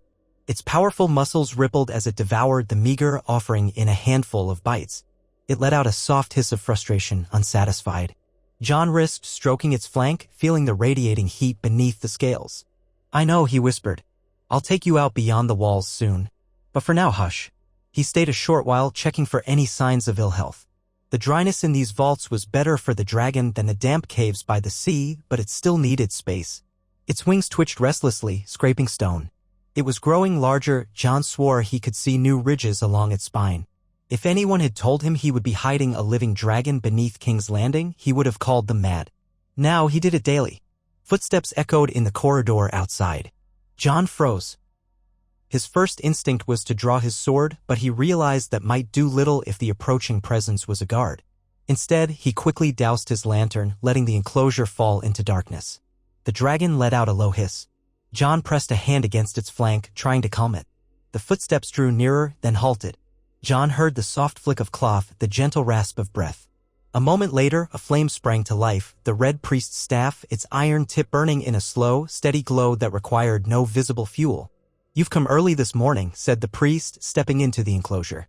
The dragon's eyes reflected twin pinpoints of gold, but it made no move toward aggression. Jon let out the breath he'd been holding. "I wanted to feed it before sunrise. Too many eyes in the day."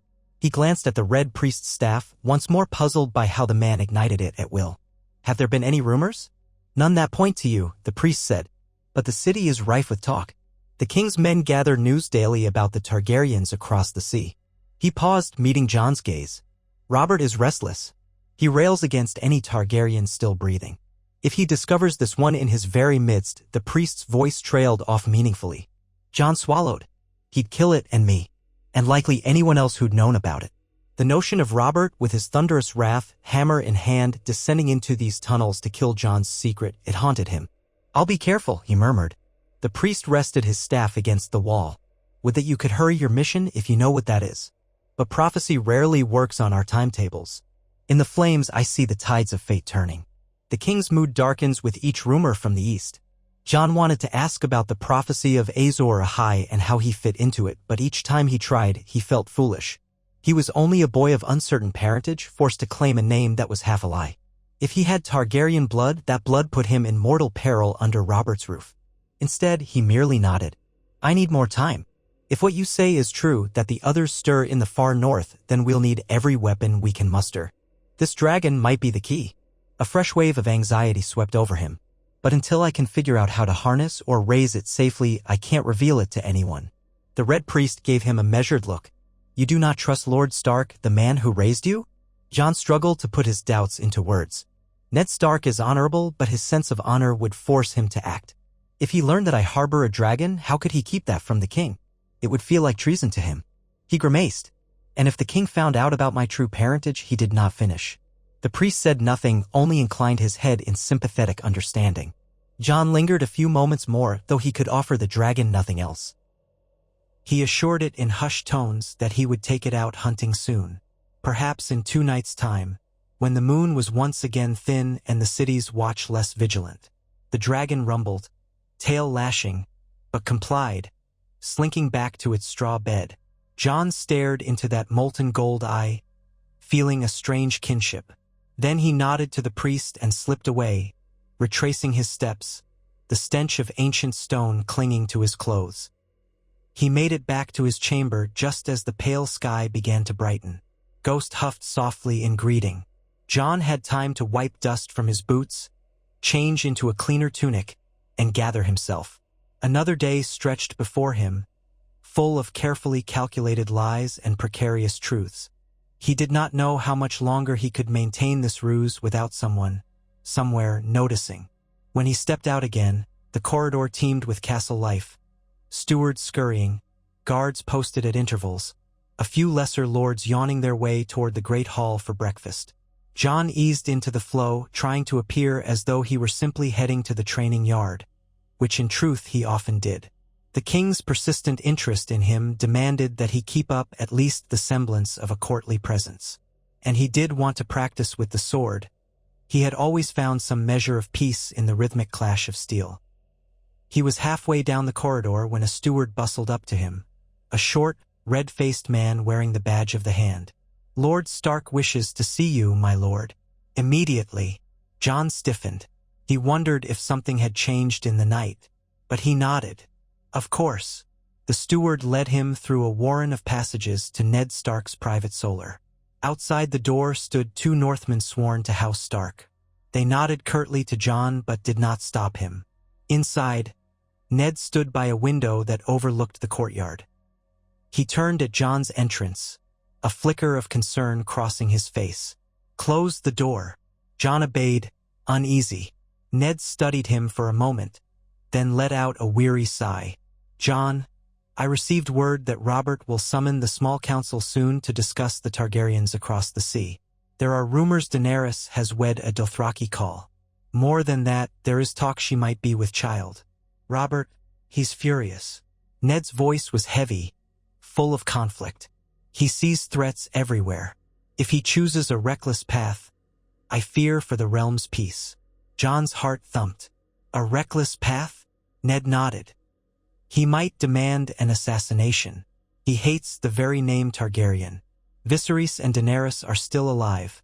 Viserys is the rightful heir in Robert's eyes, a threat to his throne. Daenerys's child would carry that same blood. He let out a slow breath. Robert's small council is full of men who either fear him or wish to curry favor. They'll nod along. I cannot. And I know what that means. Jon thought of Robert's unyielding rage. You'd oppose him in council? Of course, Ned said quietly. I swore an oath to Robert as his friend, but I also swore an oath to the realm. Murdering a girl who has never set foot on Westeros is monstrous. I won't be party to it. He looked at Jon intently. If Robert takes this course, he'll plunge us into darkness. The Dothraki might cross the sea in retaliation, or House Targaryen supporters could rally. No matter what, it's dishonorable and foolish. I cannot stand idly by. Jon weighed his words carefully. I see. But why tell me this, my lord? He almost said father, but he knew that word carried too many unspoken complications. Ned's gray eyes were full of conflict. Because you dwell close to Robert, near enough for him to speak freely in your presence. You must keep silent about any talk of Targaryens. Robert might bristle if he suspects you hold an opinion different from his own. He thinks of you almost like a son, Jon. But remember what he did to Rhaegar on the Trident. If he sensed you had Targaryen sympathies, Jon's blood chilled. I understand. I'll say nothing, nor will I ask. Ned nodded, a faint tremor in his jaw. Good. Best keep your head low. I wish you would return to Winterfell or even take the Black at the Wall. This city is no place for you. The words held sorrow, as though Ned believed his own efforts at protection were failing. Jon found himself wanting to confess everything. The dragon below, the swirl of prophecy, his sense that he needed to remain. But he dared not. Instead, he said in a low voice, I appreciate your concern, my lord, but I'm not ready to go. Not yet. Ned turned back to the window, hands clasped behind his back. So be it. Keep your wits about you, Jon. Robert's decisions may soon make enemies of us all. Jon left the solar with a roiling stomach.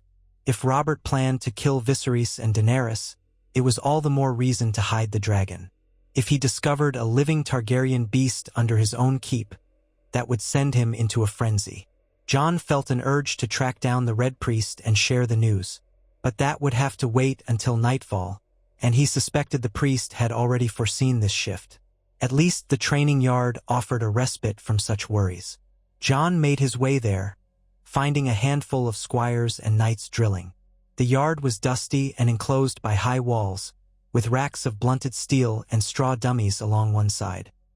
He saw Ser Meryn Trant, scowling as he oversaw a younger lad's half-hearted attempts at swordplay. Nearby stood a figure Jon recognized at once. Ser Barristan Selmy, the Lord Commander of the Kingsguard, white cloak draped over his left arm. Barristan watched the yard with a calm, critical eye. Though older than most knights, he remained lean, with a grace that hinted at the legendary skill that had made him famous throughout Westeros. Jon felt a flutter of apprehension. He had rarely spoken with Ser Barristan, but the man had once served Rhaegar Targaryen. That made him doubly dangerous. Might he see something in Jon's face, a flicker of Targaryen heritage? Yet Barristan offered only a polite nod as Jon approached. Snow, said the Kingsguard quietly. I've seen you wield a blade before. The king speaks highly of your courage and Lord Stark praises your diligence. Would you care to spar? I've an hour free before my next duty. Jon's heart jumped. To train with Ser Barristan was both an honor and a risk, but refusing would rouse curiosity. He bowed, summoning a respectful tone. I'd be honored, Ser. Barristan's eyes flicked over him, assessing. Fetch a blunted sword. We'll see how you stand. Jon did so, choosing one balanced as close to Longclaw's weight as possible, though he had left that Valyrian steel blade behind in Winterfell, not daring to bring it. The memory of it made him ache, but there was no choice. For the next few minutes, he and Barristan faced each other in the yard, exchanging measured blows. Jon felt the difference at once. Barristan's movements were economical and impossibly swift when he chose. Even with his years, Selmy was no easy opponent. Jon barely deflected a quick feint to his shoulder before Barristan shifted and tapped Jon's leg with the flat of his blade. Another pass, and Barristan landed a light strike on Jon's forearm. Too high with your parries, Barristan said calmly, though his voice carried. Some of the onlookers, including a pair of knights, paused to watch. Adjust your footwork. Center your weight on the balls of your feet. Jon grit his teeth, forcing himself to keep breathing. He tried again. They clashed 3 times in quick succession, each blow sending tremors up Jon's arms. Barristan glided sideways, forcing Jon to pivot, but Jon managed to block the next slash. He saw an opening on the older knight's left flank and lunged. Barristan deflected him so deftly that Jon nearly lost his weapon. Then the King's Guard stepped forward in a surprising surge of speed, striking downward. Jon barely scrambled aside. The practiced sword whooshed past his ribs. "A bit overeager," Barristan said, lowering his blade. "Your instincts are strong, but you telegraphed that last attack." He sheathed his practiced sword, then folded his arms, studying Jon. "Still, you adapt quickly. That is the mark of a promising swordsman." Jon felt a flush creeping into his cheeks. "Thank you, Sir Barristan." He cast his gaze down, both relieved and embarrassed that the session was so short. Selmy had more skill in a single finger than most knights possessed in their entire bodies. Jon knew he still had much to learn. Barristan's mild expression shifted, showing a flicker of curiosity. "I've heard the king speak of you, Snow. He says you unhorsed one of his squires up north and apparently saved him from some cutthroats here in the city. Robert has grown fond of that story." A slight smile ghosted his face. "Might I ask who trained you?" Jon hesitated. "Mostly I was trained at Winterfell by Lord Stark's master-at-arms, Sir Roderick Castle. And well, I studied the sword since childhood, trying to keep up with Robb Stark." He chose not to mention the dire wolf hunts or the hours he had spent practicing alone in the yard, fueled by the desire to prove he was more than a bastard. Barristan nodded. "Sir Roderick is a fine teacher. You have a northern style, direct and economical, no flourishes, which is good. I'd hone that. In battle, beauty won't win, only skill. Yet I sense a certain restlessness in you. Something that drives you forward." He paused as though pondering whether to say more. Men who chase restlessness can become great knights, or they can die before their time. Jon swallowed, hearing layers in the man's words. "I'll remember, sir." Barristan took a cloth from a nearby bench, wiping sweat from his brow. "If you wish, we can train again in the mornings. I'd rather see you improve under guidance than pick up bad habits among the yard's braggarts." "You're no braggart." Jon blinked in surprise. "Truly? You train me?" He knew he should appear less eager, but the idea of learning from Barristan Selmy was thrilling. The man was a living legend, famed even in the north. Barristan inclined his head. "If you can rise early, yes. I've seen many knights come and go, some full of bluster, others quietly competent. You show promise and the king holds you in regard. It would be a shame to let that potential stagnate. But mind, I expect diligence." Jon managed to bow again without stumbling. "I promise. I'll do whatever it takes." Barristan's lips curved in a small smile. "So be it. Tomorrow, an hour after first light, meet me here." With that, he tossed aside the practiced sword and turned to address the yard where another pair of knights waited for him. "Keep practicing," he told Jon without looking back. Jon felt a stir of excitement, tempered by the knowledge that Barristan had served House Targaryen. Would the knight sense something in Jon's face or manner? Or was that fear nothing but Jon's own paranoia? He had to believe Barristan was the sort who would have said something if he suspected. "Still, He gave Jon pause.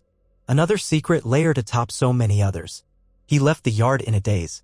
The day stretched long ahead and he had no immediate duties. The king was meeting with his council, likely to rage about Targaryens. Ned Stark might clash with him, but Jon dared not attend. Instead, he roamed the castle halls, trying to look as if he belonged. Servants hurried by with trays of food or baskets of linens. Groups of visiting lords spoke in hushed tones near the colonnades. Jon occasionally caught snatches of conversation, something about the Greyjoys or the Crown's deaths or a new rumor of the Targaryen girl across the sea. By midday, he found himself near the keep's entrance to the Godwood, a small but lush garden with a weirwood heart tree. It was little used by the southern courtiers, for they worshipped the Seven. Jon knew Ned sometimes sought solitude there, as Starks always did, but the place was otherwise quiet. He decided to slip in for a moment of peace. The air turned cool under a canopy of shade, and the trickle of a man-made stream soothed his nerves. He wended through the narrow paths until he reached the heart tree, ancient though smaller than the one in Winterfell. The carved face in the bark wept red sap, its solemn expression as unreadable as ever. Jon knelt in the grass, trying to clear his mind. But footsteps rustled behind him before he could gather any real calm. He turned to see Arya approaching, her dark hair cropped short around her face. She was perhaps 10, but her eyes were sharp. She froze on seeing him, then frowned. "Jon?" He rose, giving her a small nod. "Arya, I didn't know you came here." She scrunched her nose. "Father told me I could come whenever I like if I want to pray to the old gods. Not that it's helped me with my needlework lessons." She stepped closer, looking him over. What are you doing here? Just thinking, Jon said carefully. He and Arya had always been closer than he was with Sansa or the younger boys, but here in King's Landing, secrecy surrounded him like a cloak. It's quieter than the rest of the castle. Arya nodded. I hate it here, she said plainly. Everything's so fancy and dull, and people stare at me as if I'm not a proper lady. Sansa loves it, of course, but I'd rather be in the yard with a sword. She shrugged, then peered at Jon curiously. You've been away at odd hours. I see you sometimes, disappearing down a corridor or sneaking out at night. Where do you go? Jon's heartbeat jumped. He schooled his features. I just explore. The city's huge. I like to see what's there. She scowled, not entirely convinced. Well, you'd better be careful. The gold cloaks won't be kind if they catch you snooping where you shouldn't be. And if Mother were here, she'd have a fit. Arya paused as though recalling something. I tried to follow you last night, but I lost you. It was near the big staircase that leads down to the cellars, I think. You went around a corner, and by the time I got there, you'd vanished. She crossed her arms. How do you vanish like that? Jon kept his expression mild, ignoring the panic spiking in his chest. I know a few hidden ways. Winterfell had secret corridors too, remember? Just helps me avoid crowds. He forced a half-smile. Might be a skill you could use someday if you get tired of all those southern ladies. Arya's eyes lit with a mixture of curiosity and suspicion. You'll have to teach me. Father says I can't go wandering off on my own, but maybe if I knew the hidden ways I wouldn't get lost. She hesitated, something crossing her face. I got lost 3 days ago. I was chasing a cat, trying to prove to Farrell, my dancing master, that I could be quick and quiet. The cat slipped down a dark stair, and I followed. I ended up in some underground place with huge pillars and... I don't know, it was like a maze. I got scared and had to turn back. She shrugged, trying to hide a tremor. You wouldn't believe the smell. Or the darkness. Jon's spine tensed. The catacombs. Could Arya have stumbled near the dragon's lair by accident? If she had gone far enough, she might have been close indeed. A swirl of alarm shot through him, though he kept his face composed. It's easy to get lost in old keeps, he said, choosing his words carefully. The Red Keep is rumored to have all sorts of old passages. Some lead nowhere or flood at high tide. Arya studied him. You don't seem surprised. Have you been down there? Jon forced a shrug. Only once, out of curiosity. The smell was enough to turn me back. Dead rats and stagnant water. Likely not worth exploring. Arya blew out a breath. Maybe, but I hate not knowing. If there's a secret place, I want to see it. She made a face. Sansa would say that's unladylike. But I don't care. Then she peered at Jon's face more intently. Are you sure you're all right? You look tired. And worried. Jon's throat tightened with unexpected emotion. He had always felt a kinship with Arya, so unlike her sister, so curious about the world outside a lady's confines. He considered telling her something, anything, but the risk was too great. I'm fine, he lied gently. Just adjusting to the city. Don't fret. Go on and chase cats if you like, but be careful. The city can be dangerous. She nodded, unconvinced. If you say so. She turned away, muttering something about dancing lessons. Syrio says a water dancer must never lose her composure, but I nearly did down in those depths. Next time, though, she shrugged, glancing back once. Be careful, Jon. He nodded, watching her depart. So Arya had nearly discovered him, discovered the place where he kept the dragon. If she had gone a bit deeper, followed some corridor a different way, she might have stumbled on the beast itself. That possibility turned his stomach to ice. Arya was quick-witted, but she was also fearless in a way that could get her killed. He would have to be more cautious, perhaps find a way to block off certain passages. If she kept exploring, the entire secret might unravel. With that troubling thought, he left the Godswood, heading back into the keep's labyrinth of corridors. Servants were everywhere now, the castle fully alive. He decided to take a meal in one of the smaller dining halls reserved for lesser knights and men-at-arms. It would keep him from any prying stares in the main hall. He sat alone, picking at bread and fish stew, lost in his swirling thoughts. The looming question of Daenerys Targaryen's fate, Robert's anger, the dragon's hunger, Barristan's offer to train him, Arya's suspicions, and Ned's warnings. Just as he finished, a commotion rose outside. Footsteps pounded, voices echoing down the corridor. He's called a meeting, Jon heard someone say in a tense hush. The king's called a meeting of the small council, and he's demanding an action. The words drifted off, but Jon guessed enough. Robert had likely learned new intelligence about the Targaryens. He felt a spike of dread. He shouldered his way past the small knot of men to see a steward hurrying by, carrying a sealed scroll. "Is it the Targaryen girl?" one knight asked. "Just arrived from Pentos or somewhere," the steward said. "Word is she's pregnant. The king is in a black rage. He wants to have her head, maybe more." Jon's breath caught. Then he forced himself to move away, not wanting to overhear too much in public. He hurried toward the corridor that led to the Tower of the Hand, where Ned Stark had taken up residence. If the king was in that sort of mood, Ned would be in the thick of it. Perhaps Jon could glean something of their argument, or at least confirm whether Robert was truly bent on murder. Instinct told him it might be wise to hear the discussion. If only so he would know how desperate the king had become. He climbed the stairs quietly. At the top, a handful of guards stood outside the council chamber. At least that was what it seemed to be. The door was thick oak, slightly ajar. Beyond it, voices drifted, raised enough that one could pick out words. Jon pressed himself against a wall in an alcove, hidden behind a tall potted plant. He knew it was dangerous, but he had to hear. Robert's voice thundered inside, loud enough to carry even through the door. "I want them dead, all of them. The beggar king and his sister, the child in her belly. I won't have a Targaryen scion crossing the sea with a Dothraki horde behind them, claiming my throne." There was a murmur, possibly from Littlefinger, or maybe Renley Baratheon. Then Ned's voice, low but firm, cut through the rumble. "This is no honorable course, your grace. Daenerys is but a girl, not yet 16. Viserys might style himself king, but his sister has done no harm to you. You cannot spill innocent blood." Robert's retort was a snarl. "Innocent? She's a Targaryen. That alone condemns her. Her father torched half the realm. Her brother kidnapped Lyanna. Or have you forgotten that, Ned?"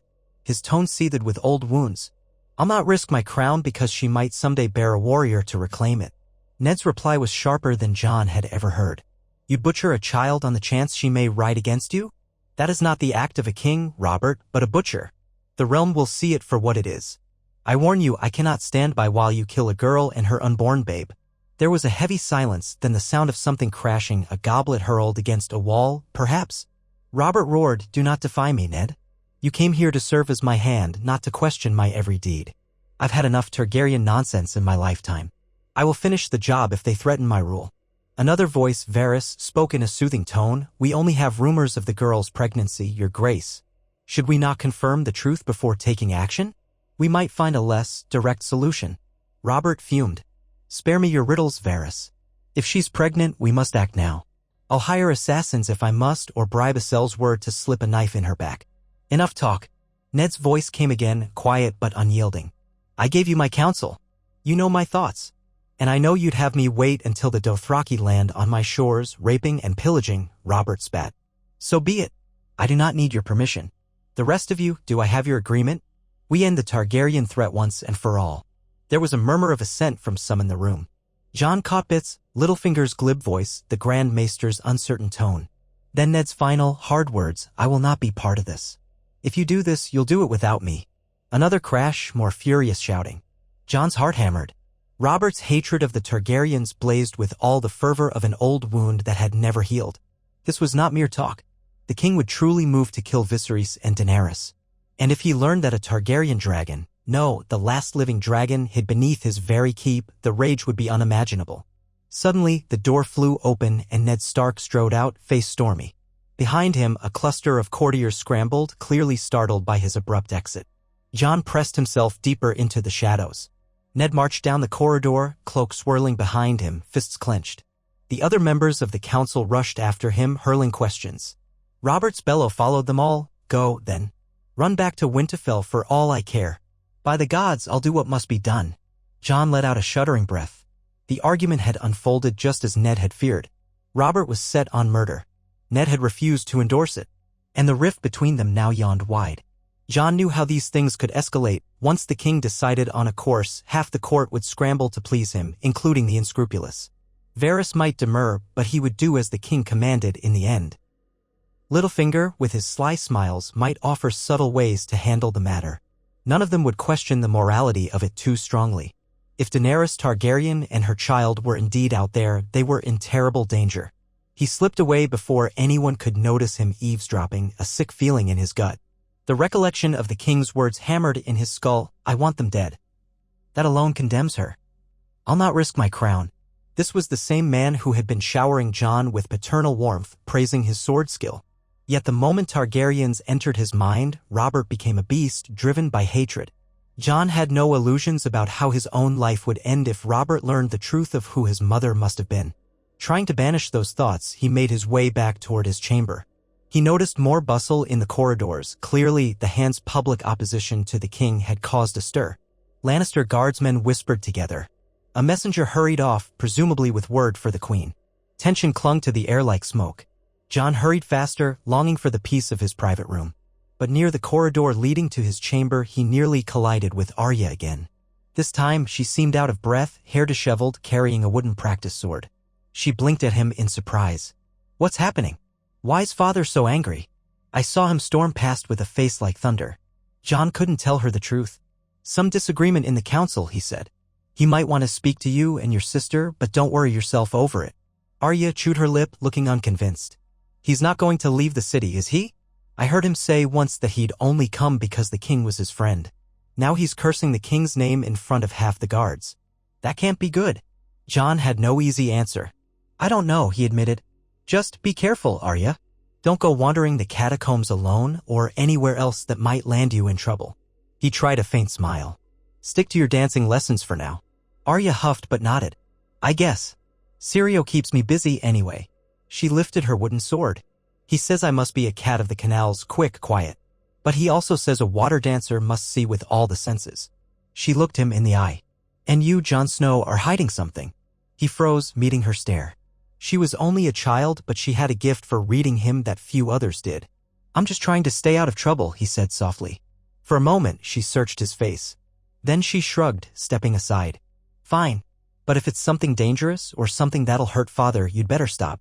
We're Starks after all." Her tone was fierce, defiant. Jon managed a nod. "Understood," he murmured, though inside he winced at how little she knew, that he wasn't truly a Stark by blood, not as she was. The Targaryen secret overshadowed everything. He stepped around her and slipped into his chamber, shutting the door. Ghost lifted his head from where he lay on the floor. Jon sank onto the narrow bed, burying his face in his hands. The argument between Ned and Robert rang in his ears.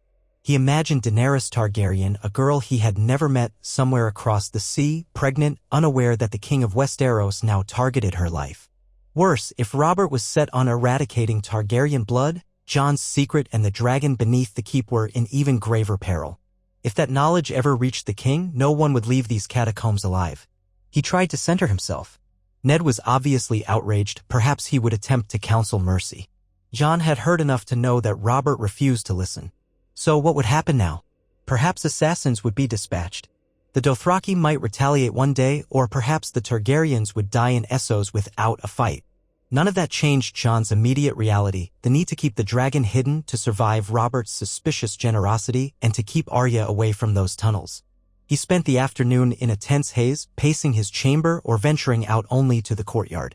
He avoided the Tower of the Hand where Ned Stark was rumored to be packing. Jon had heard from passing servants that Lord Stark might resign the office of Hand, so deep was the quarrel with the king. If Ned left, would that mean the entire Stark household would leave with him? And what would become of Jon then? Robert might still want him to stay, forcing a deeper wedge between them. The thought of being parted from Ned, who was father and not father both, felt like stepping over a ledge. As the sun descended, he once again recalled Ser Barristan's promise to train him in the early mornings. At least there was that small bright spot. He might refine his skill under a knight so legendary that even Robert had once revered him. Yet the thought raised an unsettling question. If Barristan had served Rhaegar, how much did he suspect about Jon's parentage? The man had been present at the Trident, had fought in so many battles. He might have known Rhaegar's face intimately. Could he see some hint of Rhaegar in Jon? If so, Barristan had given no sign. Perhaps that was for the best. Jon's reflections were disturbed by a soft knock on his door. He tensed, expecting a guard or another summons. When he opened it, he found the Red Priest standing there, staff extinguished, but a faint aura of burnt coals lingering around him. Jon blinked in surprise, hastily ushering him inside. Ghost sniffed at the priest's robes but did not growl this time. The priest laid a gentle hand on the wolf's head in greeting. I heard of the king's fury, the priest said quietly, his accent thick but measured. Word travels fast in the Red Keep, especially when the hand storms out of the council chamber. You must be on your guard now. Robert will not abide anything Targaryen. Jon nodded grimly. I overheard him. He said on killing Daenerys and Viserys. The priest's expression grew pained. The flames showed me a vision of a silver-haired girl and a stallion, a swirl of dust. It could be that the Targaryen bride is far more significant than men realize. If Robert strikes her down, it may tear open the realm's future in ways we cannot predict. Jon raked a hand through his dark hair. There's nothing I can do. She's across the sea. Unless I reveal that I too am Targaryen-blooded. And that would be suicide. Robert would kill me and the dragon both in a heartbeat. The priest inclined his head. You speak truth. For now, the threads of fate have drawn you here, tethered to that hidden beast below. You must keep it safe at all costs. Jon's voice lowered. Arya nearly stumbled on it by accident. She's chasing cats and exploring. I fear she'll go too far. But I can't exactly bar her from the entire castle. Perhaps you can block some passages or conceal them, the priest suggested. A bit of rubble at the right choke point might deter a curious child. Meanwhile, I'll keep watch. There are temples in the city where my brethren gather. Rumors flow freely there, gleaned from foreign merchants and travelers. If an assassin is truly hired to kill Daenerys, the news might trickle to us. Forewarning is all we can manage. Jon nodded dully. Understood. He felt the weight of it all threatening to crush him. I'll try to collapse a side corridor or two in the catacombs. But if Arya's already found a route, she might find another. She's stubborn. She is a Stark, the priest said, faintly amused. Stubbornness is in your family's blood. The word your family stung. Jon wondered if the priest intended that as a barb or if it was unintentional. Before he could dwell on it, the priest gently touched Jon's shoulder. I will leave you now. Darkness falls and I have tasks in the city. Should the king's mood shift further, I'll bring word. Pray to whatever gods you keep that the Targaryen girl is not so easily found. Wit. That he slipped out, vanishing into the corridor with a swirl of red cloth. Jon sank onto the bed, exhausted by the day's revelations. He had to move quickly if he meant to block Arya's wandering path. Rising, he donned simpler clothes and took up a small pack with a few tools, a hammer, a coil of rope. Then he opened the door for Ghost to follow, thinking quickly of how best to avoid notice. The day's turmoil might keep the guards busy. He might have enough time to slip below unnoticed.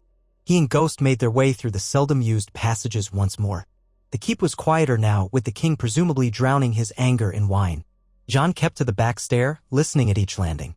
Only once did he have to duck behind a pillar as two servants tottered past, gossiping about how Ned Stark had threatened to resign his hand. The king might name Jaime Lannister in his stead, or Renley, or even old Pycelle, one muttered, earning a scoff from the other. Jon waited until they were gone, then continued downward. At last, the gloom of the catacombs enveloped him. Ghost's nose twitched at the stale air. Jon lit a lantern, advancing carefully until he found the corridor where Arya claimed to have followed the cat. Sure enough, small footprints in dried muck suggested someone had been there recently. He suspected it was her. The route twisted left into a wide gallery lined with broken statues. Jon guessed that if Arya had followed the corridor straight, she would have ended near the dragon's lair. He resolved to block that path. Positioning his lantern on a chunk of fallen masonry, he took out the hammer and rope. The plan was simple. He would topple or shift enough rubble to make the corridor impassable, hoping that might deter a small child with more curiosity than sense. It took longer than expected. Jon sweated in the stale air, working to loosen stones from a half-collapsed section of wall. Each chunk weighed heavily, and the slightest clatter echoed alarmingly. Ghost stood guard, ears cocked. Finally, Jon pried loose a massive chunk of stone that had been precariously balanced above. It crashed down into the corridor with a roar that made him wince. Dust billowed, but the end result was a pile of debris blocking the passage. Anyone trying to climb it would risk broken bones or worse. Arya, for all her bravado, would likely turn back. Jon stepped back, surveying the barrier. He hoped it would hold. The catacombs were riddled with branching routes, but at least he had sealed the direct path. He exhaled, wiping grit from his brow. With luck, this would keep Arya and any other curious explorers away from the dragon's lair. He collected his tools, planning to circle around and check on the beast. He could at least offer reassurance, though he had no fresh meat this time. He moved quietly through the labyrinth, eventually emerging into the corridor leading to the cell where the dragon rested. Even from a distance, he heard it stirring, claws scraping the floor. Jon entered with care, setting the lantern aside.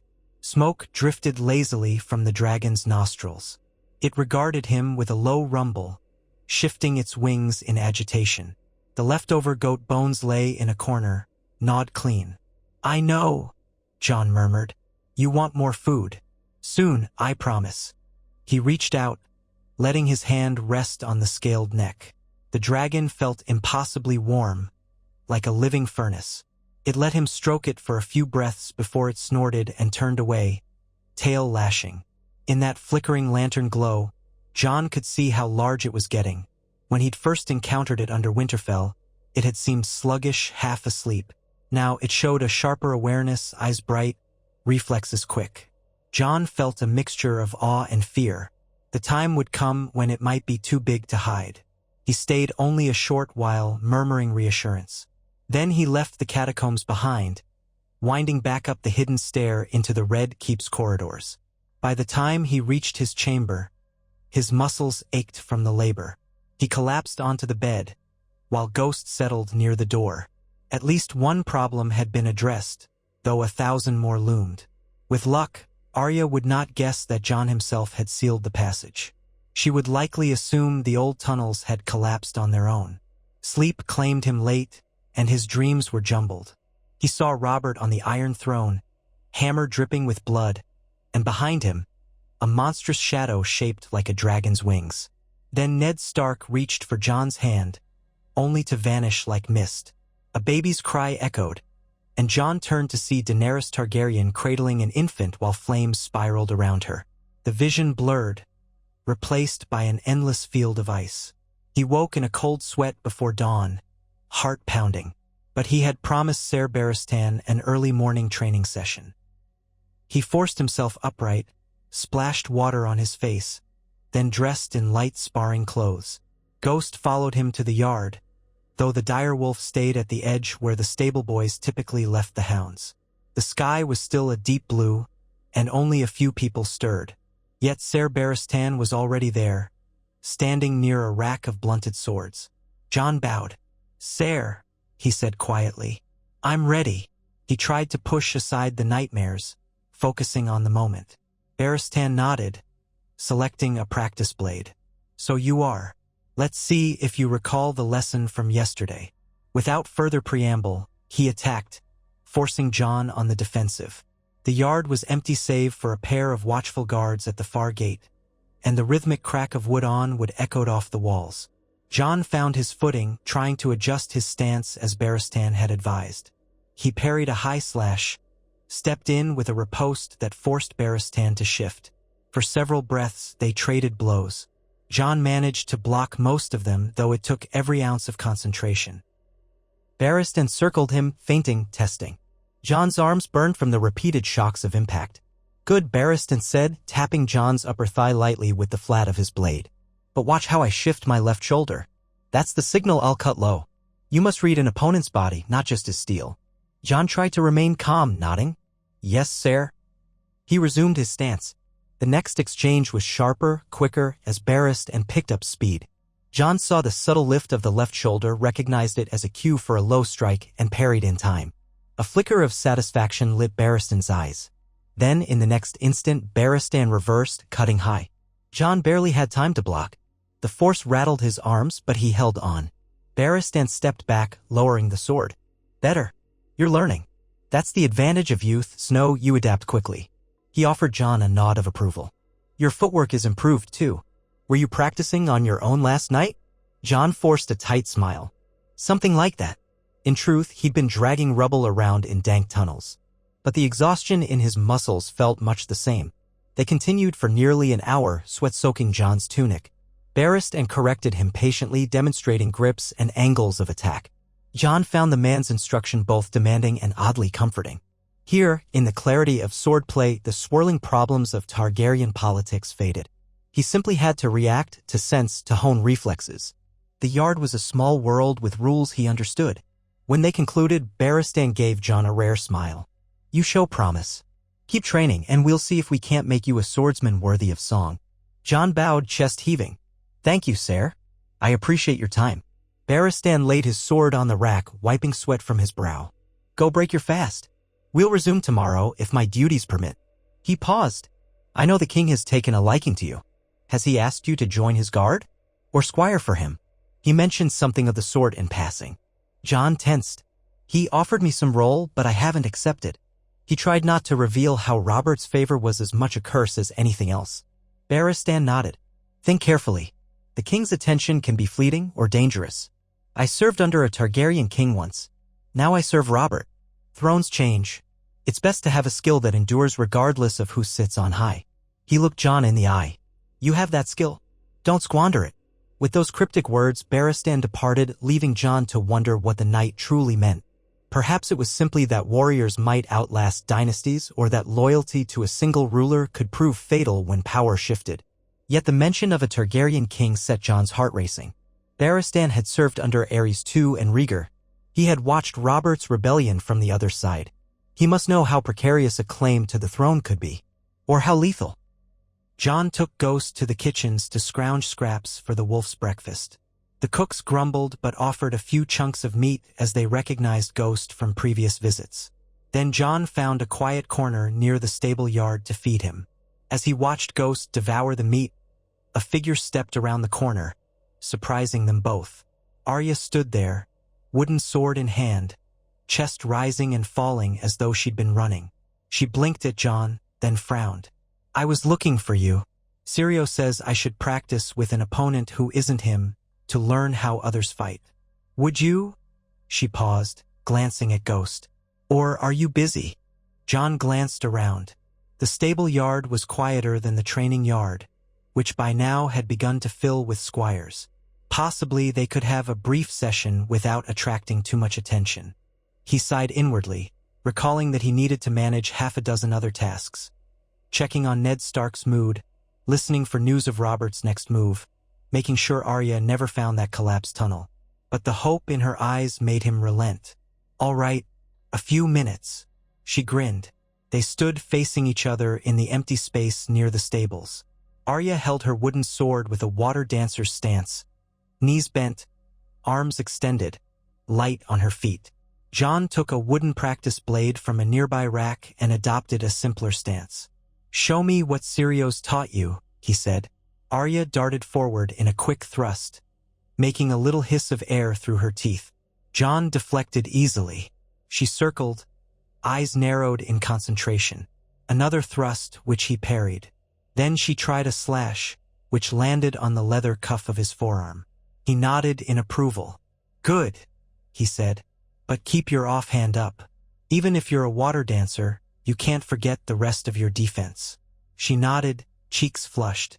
They continued for several passes, Arya weaving in and out with surprising agility. Jon let her land a couple of glancing strikes, teaching by gentle correction.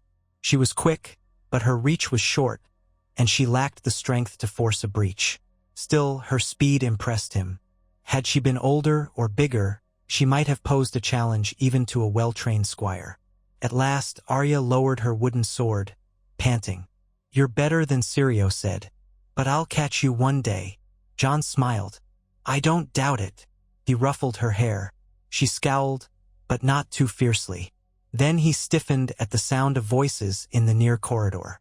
Ghost trotted forward, ears perked. A pair of Lannister guards strolled by, eyeing Jon and Arya with mild curiosity but not lingering. Jon exhaled. That's enough for now. Thank you, Arya. She nodded, stowing her wooden sword. Thank you. You won't tell Sansa or the Queen I was messing about, right? Jon snorted. Certainly not. With that, Arya darted off, presumably to find Syrio or hide from some dreaded sewing lesson. Jon watched her go, a tightness in his chest. She was so young, full of spark, entirely unaware of the lethal game unfolding around them. If Ned truly left the city, Arya would go too. That would be safer for her. She might even survive the storms brewing at court. Yet part of Jon would regret her absence. She was, in her own way, his only ally who asked no complicated questions about lineage or duty. The rest of the day dragged, overshadowed by tension. Word spread that Ned Stark had refused to sign any order calling for Daenerys' death and that the king was furious. The queen, for her part, was said to be quietly pleased. Jon overheard 2 gold cloaks muttering about how her grace would not mind if the king's friend from the north departed. She wanted her brother Jaime or her father Tywin to hold more sway. Jon gleaned that Ned's position as hand was hanging by a thread. It was only late in the afternoon that he discovered the argument had flared up anew. Wandering near the council chamber, he heard Robert's voice raised, though less thunderous this time, more ragged. He paused, listening. Ned's voice came through the door again. "I cannot, Robert. This is madness." Then Robert roared something indistinct. A moment later, the door burst open and Ned stalked out, a look of grim resignation etched on his face.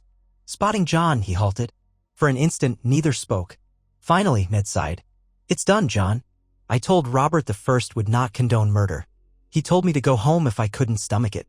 So I shall." The lines of exhaustion in Ned's face cut deep.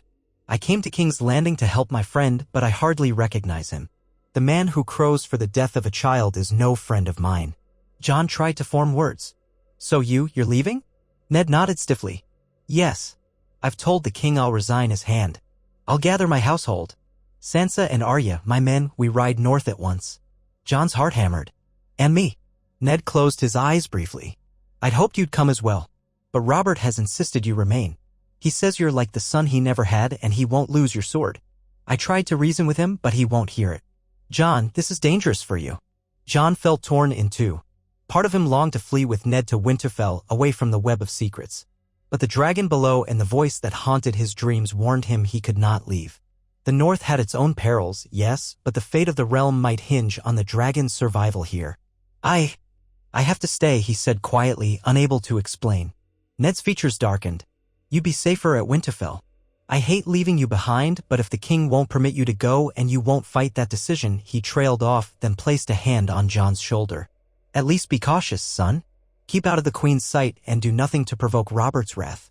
If you ever need me, send word. I'll come if I can." Jon swallowed the lump in his throat. "Thank you, Father." The words slipped out, brimming with conflicting emotion. Ned's mouth twitched in a sad half-smile. He gave Jon's shoulder a final squeeze, then strode off, cloak billowing. Clearly, he had more preparations to make for his departure. Jon stood there a long while, each breath tight in his chest. He was staying, alone in a nest of vipers, with Robert's dangerously shifting affections for him. Ned was leaving under a cloud of tension that might well become open enmity if the king followed through on his plan to kill the Targaryen girl. Robert's loathing for that ancient bloodline would intensify once he discovered that Ned had turned his back on him. And somewhere in the bowels of the Red Keep lay a creature whose existence could upend the realm. Jon's role in the saga felt enormous and terrifying, as though the entire kingdom balanced on a knife's edge. He turned away, deciding to retreat to his chamber until the corridors cleared. Tomorrow, Ned might be gone. The king's next moves were uncertain, and the threat to Viserys and Daenerys was all too real. If assassins were already dispatched, there might be no turning back. Jon prayed that, in the chaos of Essos, the Targaryens would evade Robert's killers. Perhaps fate would intervene. Ghost followed him quietly. As they entered the chamber, Jon felt a wave of weariness settle upon him. He needed to rest, but a frantic energy buzzed in his veins. He pictured Daenerys, that rumored unborn child, and the unstoppable force of Robert's hatred.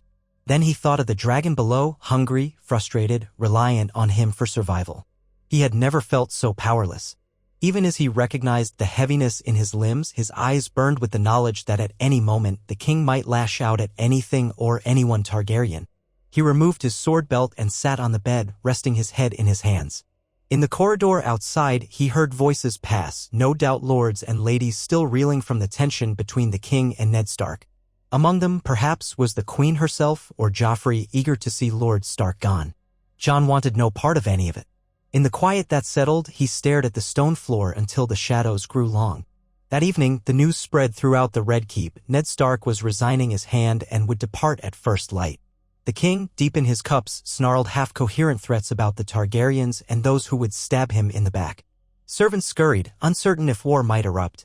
Jon kept to himself, accepting a bowl of stew in the small side hall, ignoring suspicious looks from men who wondered why the king favored Ned Stark's bastard.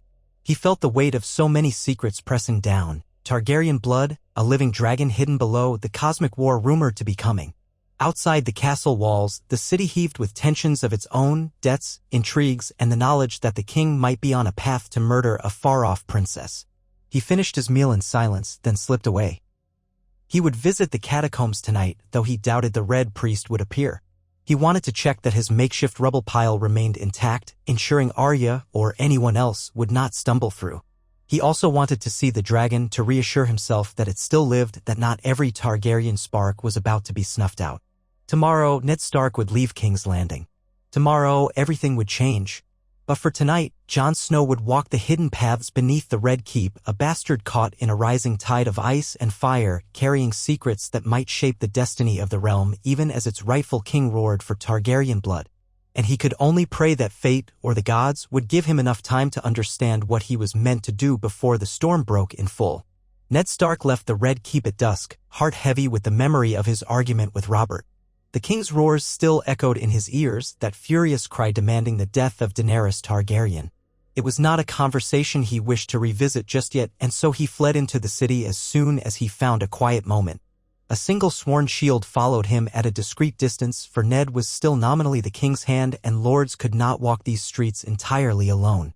But the man kept his distance, giving Ned a semblance of solitude, and for that Ned was thankful. The air felt close beneath King's Landing's hot, late summer sky, the stench of the streets thick enough to taste. Vendors were shuttering their stalls. Lanterns glimmered in crooked doorways. Down by the mud gate, rivermen haggled with fishmongers over the day's catch, voices raised in annoyance. Ned pulled his cloak tighter and pressed on, choosing an aimless route that led him deeper into the warren of cramped alleys. He was angry with Robert. Angry and frightened. To kill a girl for being the daughter of the Mad King, no, that was no fit plan for the man he had once called friend. Ned knew the Targaryens were dangerous, or had been. Yet Daenerys Targaryen was Scark. Really more than a child, how was it just to slaughter her for what her forebears had done? Robert's hatred burned so hot that Ned feared it would consume them all. He had seen that hatred flame when the king spoke of Targaryen blood, how his hand tightened on the phantom of the warhammer he had once carried to the trident. The memory of Rhaegar Targaryen's rubies scattered in the river still lived in Robert's mind. Ned could not abide it, and so he walked, hoping the wind off Blackwater Bay might cool his temper. As he passed near the Street of Flower, he heard a man's voice, deep and fervent, lifting in sermon. Ned paused, uncertain of the accent. The crowd around the speaker was small but rapt, faces turned up toward a tall figure cloaked in red. The color was startling in a city that favored brown and gray for everyday wear. Even in the growing dark, Ned could see the gleam of flame embroidered on the man's robe, the red hue shifting with the lantern light. A priest of Lawler, the Lord of Light. The man's voice rose. And I tell you that night is dark and full of terrors. But the light brings hope. The light brings prophecy. Have you not heard of the prince who was promised? The champion with blood of the dragon who shall unite ice and fire to hold back the coming night. Ned froze, heart hammering with sudden disquiet. Blood of the dragon. The priest's words echoed off the cracked walls. A handful of small folk stood there, wide-eyed, some nodding as if enthralled. One woman held a child by the hand, another man leaned on a cane. None looked particularly devout, yet they stood captivated by the swirling words as if the Red Priest's passion transfixed them. The prince that was promised, Azor Ahai reborn, shall wield the flames of truth, the priest declared, lifting both arms so that the wide red sleeves fell away, revealing a short staff topped with a metal flame. A faint glow flickered at its crest, though Ned saw no brand nor fuel. A swirl of ice from the far north and the fires that once belonged to the Dragonlords, that is the forging of a new dawn. The chosen prince shall stand against the horrors that stir beyond mortal ken. So it was written, so shall it be. Ned felt a chill despite the stagnant heat. He thought of Jon, a boy with Targaryen blood. Ned had guarded that secret for nearly 16 years, had borne it like a stone upon his heart. Jon was Lyanna's son. He remembered the promise he had made at her deathbed. The tears, the smell of blood and roses, the whispered names she had begged him to protect. And so he had.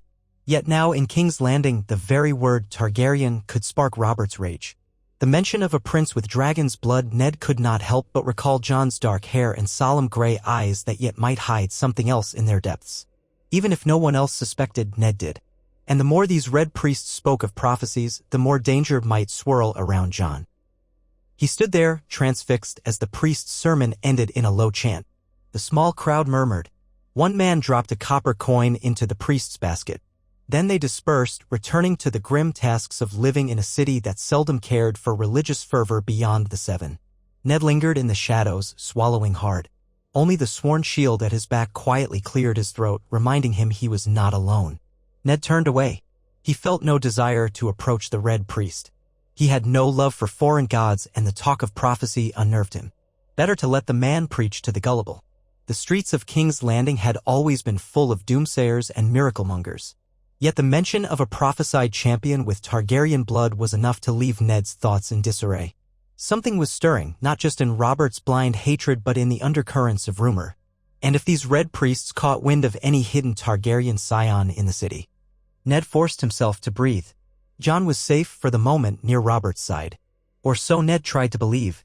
He had seen how the king had taken a liking to the boy, praising his swordsmanship. But that liking could turn to mortal hatred in an instant should the truth emerge.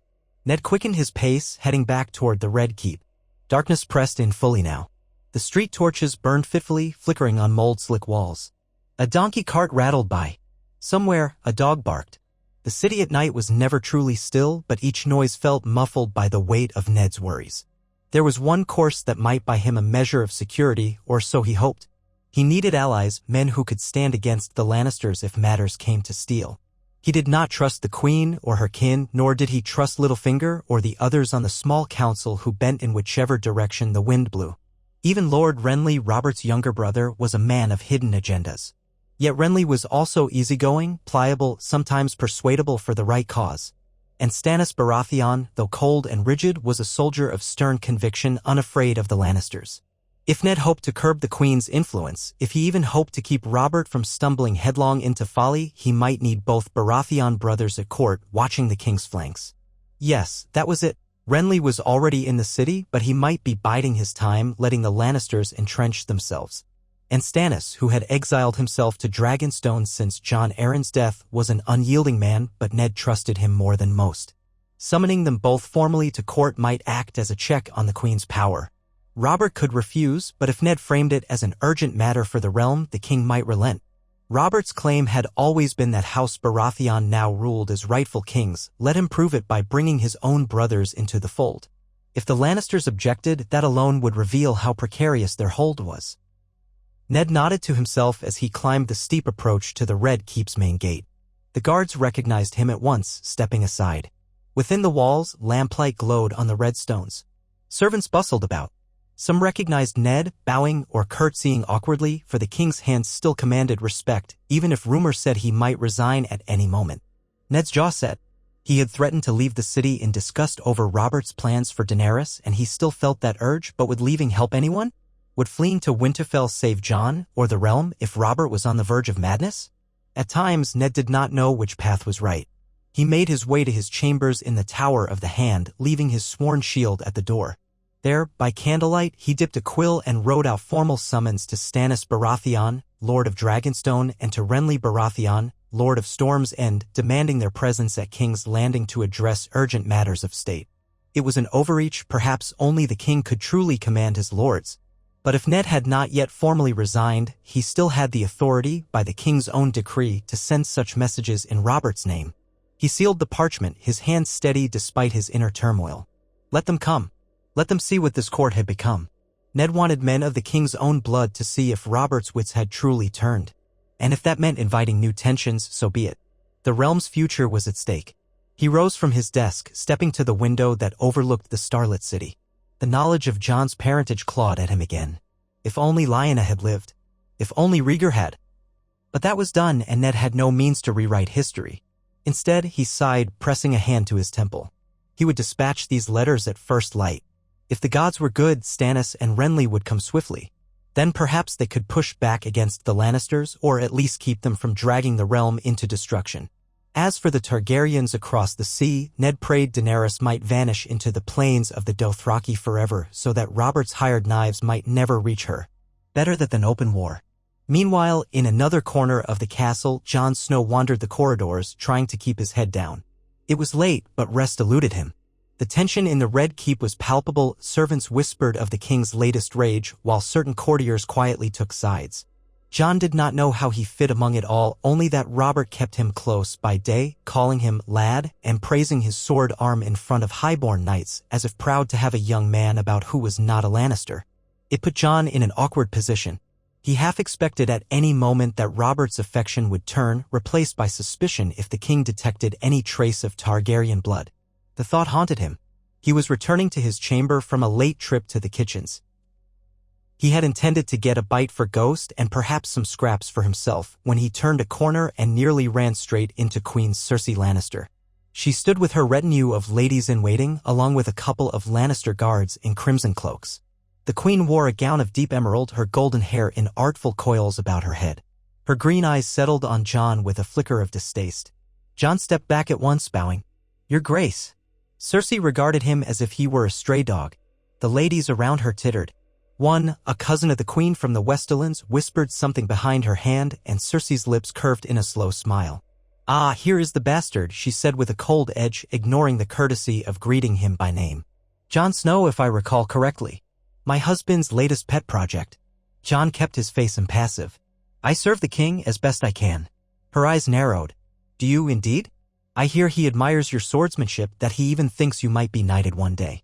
She gave a musical laugh. "The realm must be falling to pieces if a northern bastard can be raised to knighthood. Our king does so love his amusements." Jon felt a flicker of anger at her dismissive tone, but he forced himself to remain calm. "The king does as he pleases, Your Grace." She lifted her chin. "Indeed he does. Yet I wonder if he knows the full truth of you. You're hardly worthy of being in his presence.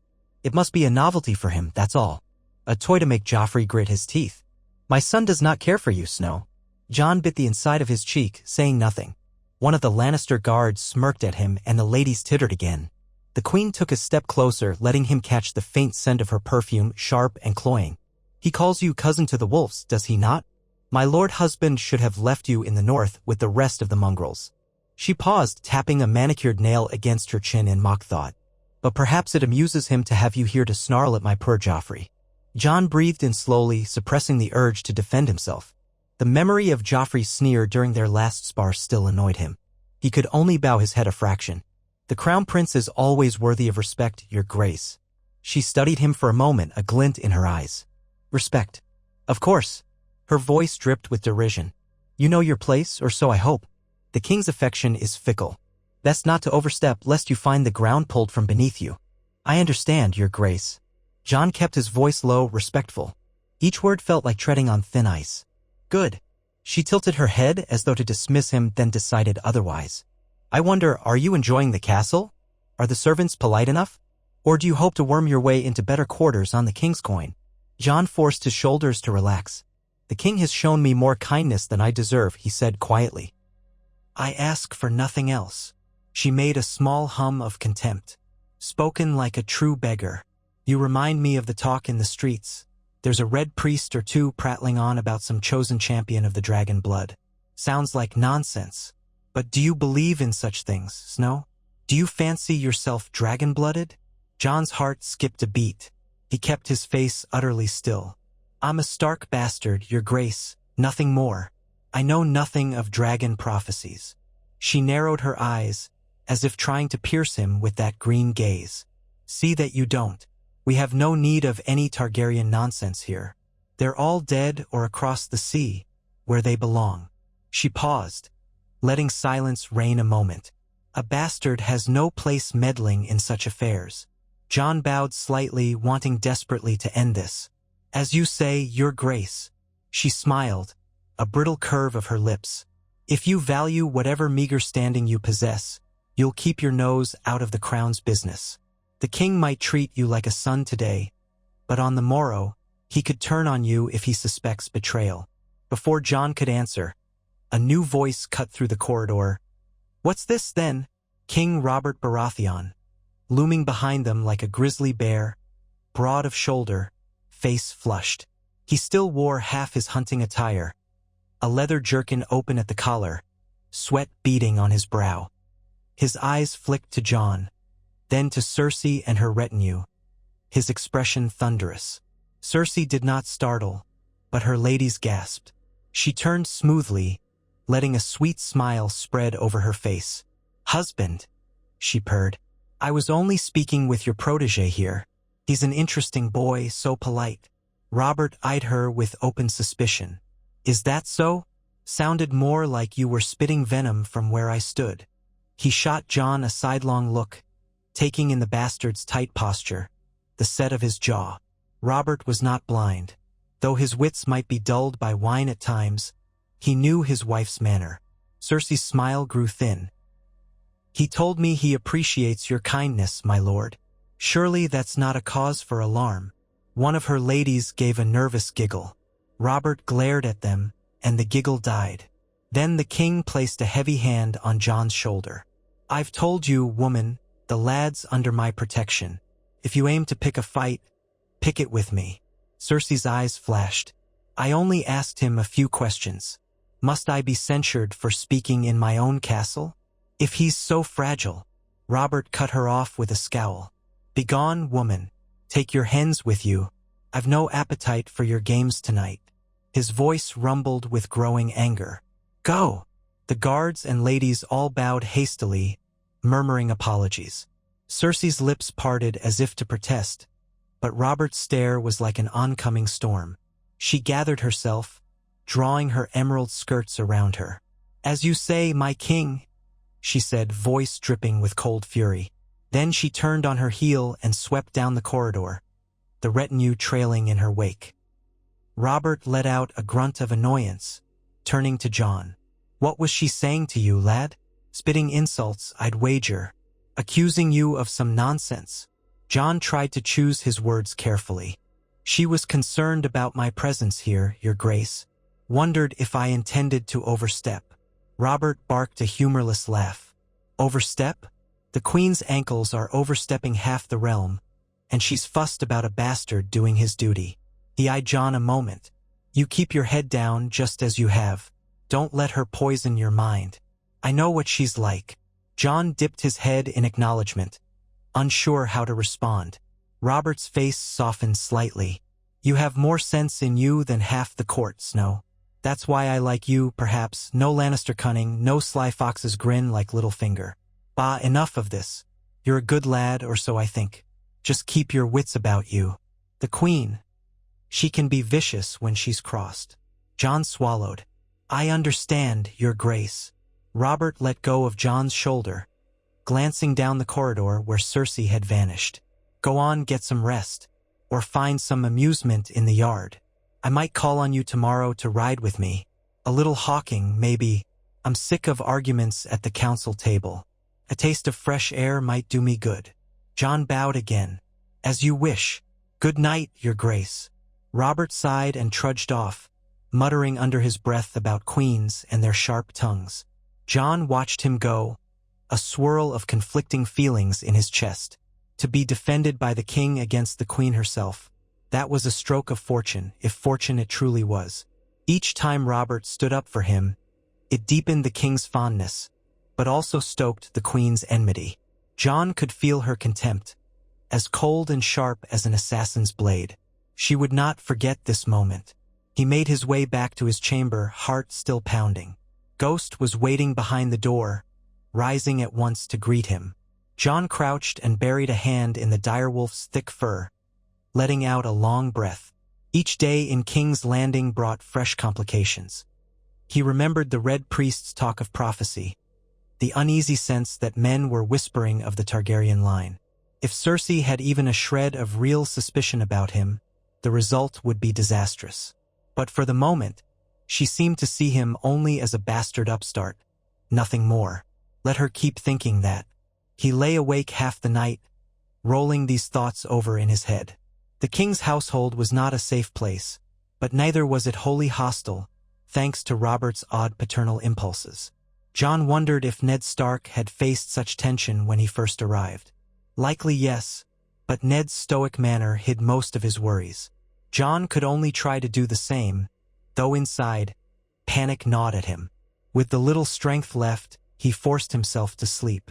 Morning brought a blazing sun, though the heat did little to lift the mood in the Red Keep.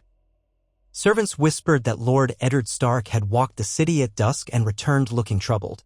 Some said he had quarreled again with the king, while others claimed he was sending ravens to all corners of the realm. Jon wanted to seek him out but dared not intrude. Ned was busy, still the hand of the king, at least for now, likely entangled in a fresh round of arguments about Daenerys Targaryen. Jon reported to the training yard for practice with Ser Barristan Selmy. Their sessions had grown more rigorous each day, Barristan demanded absolute focus, drilling Jon on footwork, posture, and the subtle cues that telegraphed an opponent's strikes. By the time they finished, Jon was soaked in sweat, arms shaking from parrying blow after blow. Ser Barristan seemed mildly satisfied, offering a curt nod. Improvement is slow but steady. Keep your guard up. Don't let your mind wander. Jon exhaled. Thank you, Ser. Barristan laid aside his practice blade. You fought well. The king might ask for you in the yard soon, and you'll want to show him your best. A man who pleases Robert can find doors opened. He paused, then added quietly, but take care. A door opened can also be slammed shut if you fail him. Jon nodded, not missing the warning. He dried himself with a coarse towel, then bowed to the older knight. Barristan gathered his white cloak and strode away, leaving Jon to reflect on that final caution. He had not told anyone of his run-in with Cersei the night before, or Robert's intervention, but clearly Barristan, with his sharp eyes and ears, sensed the tension. After the practice, Jon lingered in the yard, uncertain what to do with his day. Robert might summon him for hawking, as promised, or might forget the notion entirely if some new trouble seized his attention. Rather than pace the corridors, Jon decided to visit the stables and check on the king's horses, perhaps ensure his own borrowed mount was well cared for. Anything to keep from idle speculation. He found the stables bustling with grooms, a warm scent of hay and manure filling the air. Horses stamped and whickered in their stalls. Jon paused by a black mare favored by Robert, offering the beast a scratch behind the ears. The mare snorted but accepted the attention. He moved to the next stall, only to find the gate open and a newly arrived horse whickering restlessly. A stable hand explained that it belonged to one of Renley Baratheon's men. Just come in from a short trip.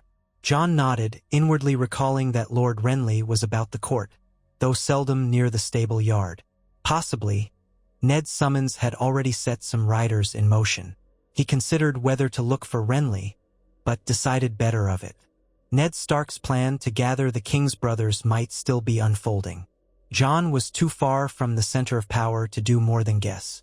Instead, he drifted to the stable's far end, where Ghost was sometimes allowed to curl up on a spare pile of straw out of the sun. Indeed, the white direwolf lay there, jaws parted in a silent pant. At Jon's approach, Ghost lifted his head, ears twitching. The stable was quieter here, the daily bustle receding. Jon knelt, scratching the wolf's chin. You like the shade, I see, he murmured. Ghost thumped his tail, content. Jon sat for a moment, letting the calm settle around him. Despite everything, King's Landing had become a place he moved through daily, familiar in some corners, alien in others. He almost missed the broad snows of the north, yet he felt compelled to remain. He was lost in these musings when he heard voices approaching. He rose, stepping into the shadow of a tall support beam. Two men entered the stables, deep in conversation. Jon recognized one by his lordly bearing and flamboyant attire. Lord Renley Baratheon, the king's younger brother. The second man wore plainer garb, perhaps a steward or squire. They walked slowly, with Renley speaking in hushed, urgent tones that Jon could just make out. The letter from Lord Stark said it was urgent. That's why I pressed you for details, but you claim you know nothing. Is that so? Aye, my lord, the second man answered. The letter was sealed. I was told only that it must reach you with all speed. Lord Stark asked if you'd be in the city or traveling. I told him you were here. Renley let out a quiet grunt. I see. Strange that Stark writes to me so directly. He rarely spared more than a curt greeting before. Something has changed. Perhaps the rumors are true. He's discovered new evidence about the Lannisters, or has gleaned something from the old hand's records. Are you sure no one else saw this letter? The man nodded fervently. Yes, my lord. I put it in your solar, per your instructions. Renley stroked his well-trimmed beard, thoughtful. Very well. You've done your duty. He paused, glancing around the stables as if to check for eavesdroppers. His eyes swept past Jon's shadowed place but did not linger. Stark must not trust half the court. Summoning Stannis, writing to me. He's building a bulwark against the queen, no doubt. Robert won't be pleased if it stirs conflict. But perhaps the conflict is already here.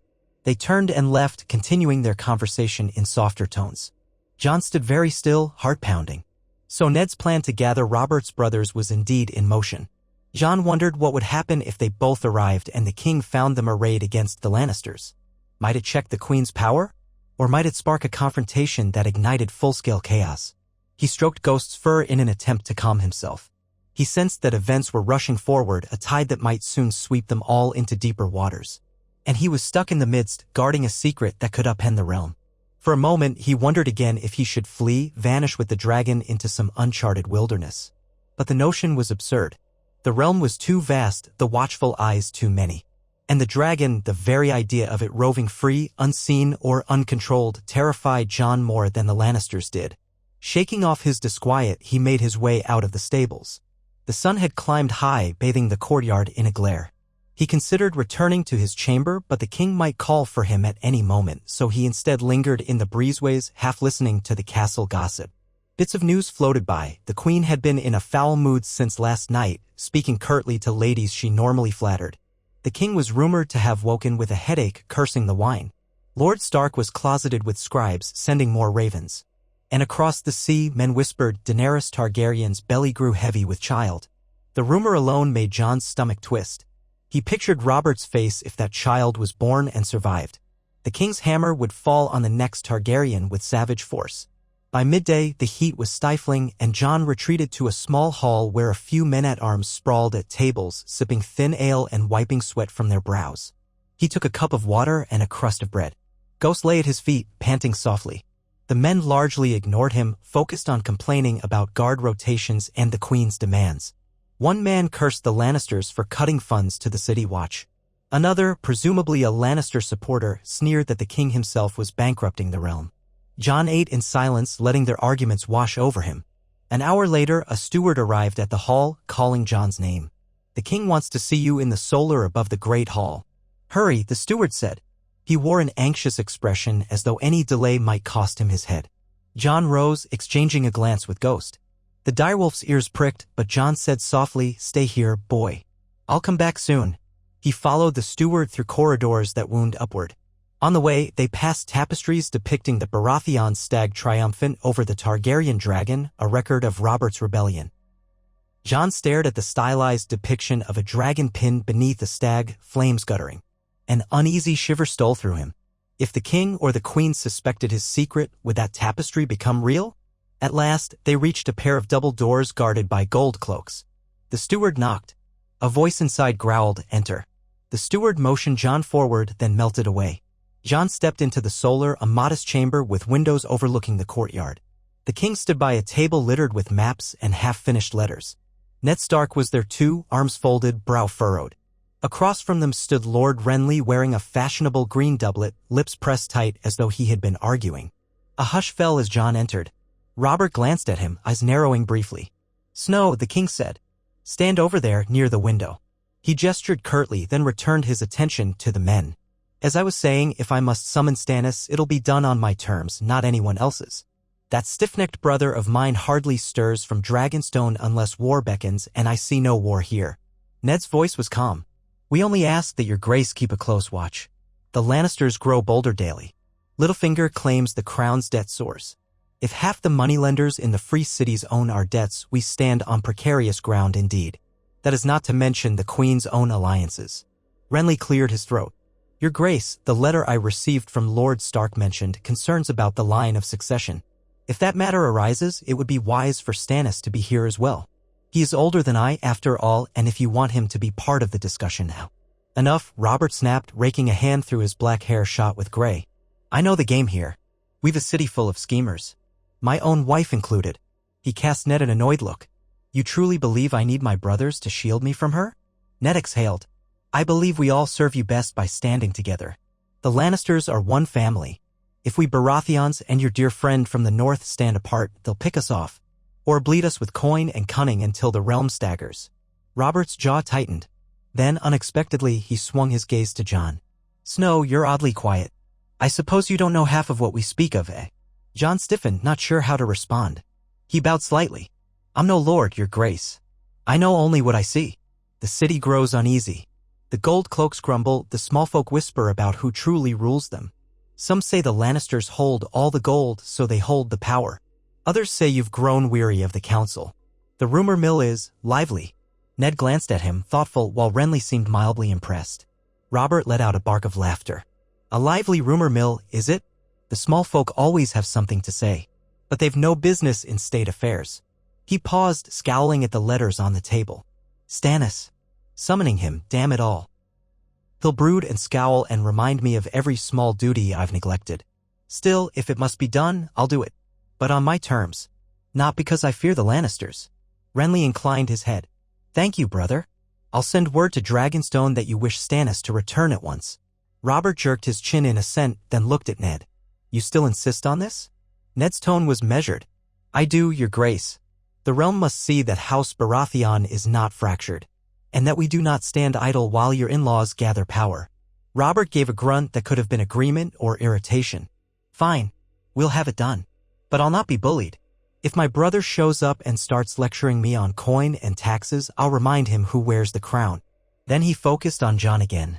As for you, lad, you've no cause to mention these matters outside this room. You hear me? You hold your tongue. Jon bowed. Yes, your grace. I swear it. Robert sniffed, mollified. Ned caught Jon's eye and offered a faint nod. Renly, however, studied Jon with open curiosity. I've heard you're quite a swordsman for your age, he said, half smiling. And that my good sister the Queen finds you irritating. Congratulations. Jon dipped his head, unsure if it was a jest. Robert snorted. The Queen finds everyone irritating who doesn't kiss her feet. Come, Ned, let's finish these letters. I've half a mind to ride out tomorrow to that orchard by the Rose Road, get some boar hunting in while the rest of you scheme. Ned frowned. Hunting again, Robert? With all the threats at hand, we need your presence here. The king waved a dismissive hand. I'll be gone but 2 days. Let's see the realm collapse in that time if it dares. He gave a short laugh, but the tension in his eyes belied it.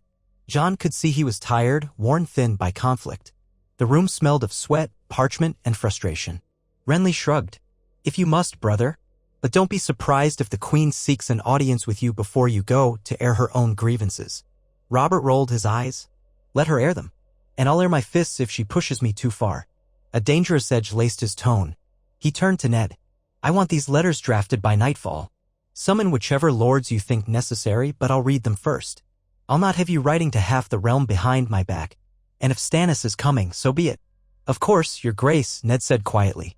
He signaled to a waiting scribe in the corner, who hastened forward with quill and ink. Jon sensed the conversation was winding down. He stepped back from the window, uncertain if he should remain. Robert noticed. You can go, lad. Unless you've some pressing question.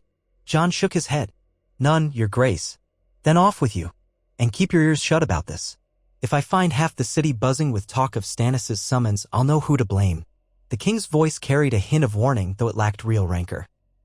Jon inclined his head again, then backed out. Once outside, he let out a breath he had not realized he was holding. 2 gold cloaks by the door looked at him curiously but said nothing. He walked away, mind churning with what he had overheard. Ned was indeed maneuvering, summoning Stannis, and placing Renly on alert. If the king truly left the city for a hunt soon, that might embolden the Queen or the Lannisters. Tension was rising to a boiling point. Jon only hoped Ned knew what he was doing. As he made for the stairs, a voice called after him. Turning, Jon saw Renly stepping out of the solar, having apparently ended his part of the discussion. The younger Baratheon lord approached with that easy grace he was known for, one hand resting lightly on his belt. Snow, Renly said, a half-smile on his lips. Walk with me a moment.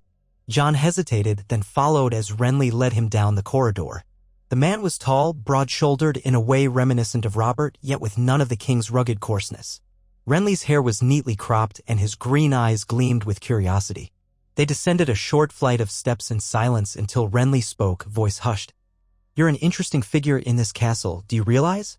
The king's bastard ward, or so some call you. Yet the king dotes on you more than he dotes on his own legitimate son. My nephew Joffrey, that is. He gave Jon a sly glance. Not that I mind. Joffrey's a prickly boy, spoiled to the bone. Jon stiffened. The king is kind to me. I didn't seek his favor. Of course not, Renly said smoothly. But you have it all the same. The Queen resents it. I've heard she's made that plain to you more than once. He paused, letting the words hang. I'll offer you a bit of unsolicited advice. Watch your back. Cersei Lannister is not one to cross lightly. She'll not harm you openly, but if she can find a way to degrade or discredit you, she will. Jon nodded, the memory of her vicious barbs still fresh. I understand.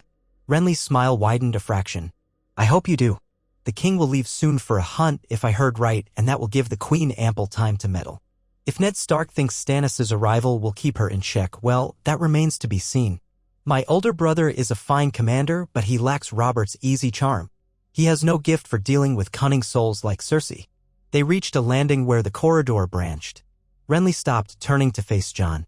One more thing. Rumor has it you're training under barristan Selmy. Is that so? Jon dipped his head. Yes, my lord. Barristan is a legend, no doubt. The king's personal hero, once Rhaegar's too. If you continue to improve, you might be unstoppable in a few years.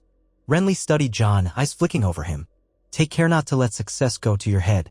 King's Landing has a way of devouring the ambitious, and no one wants to see Robert's new favorite turn into yet another vain fool. Jon forced a smile. I have no ambition for power, my lord, only to serve.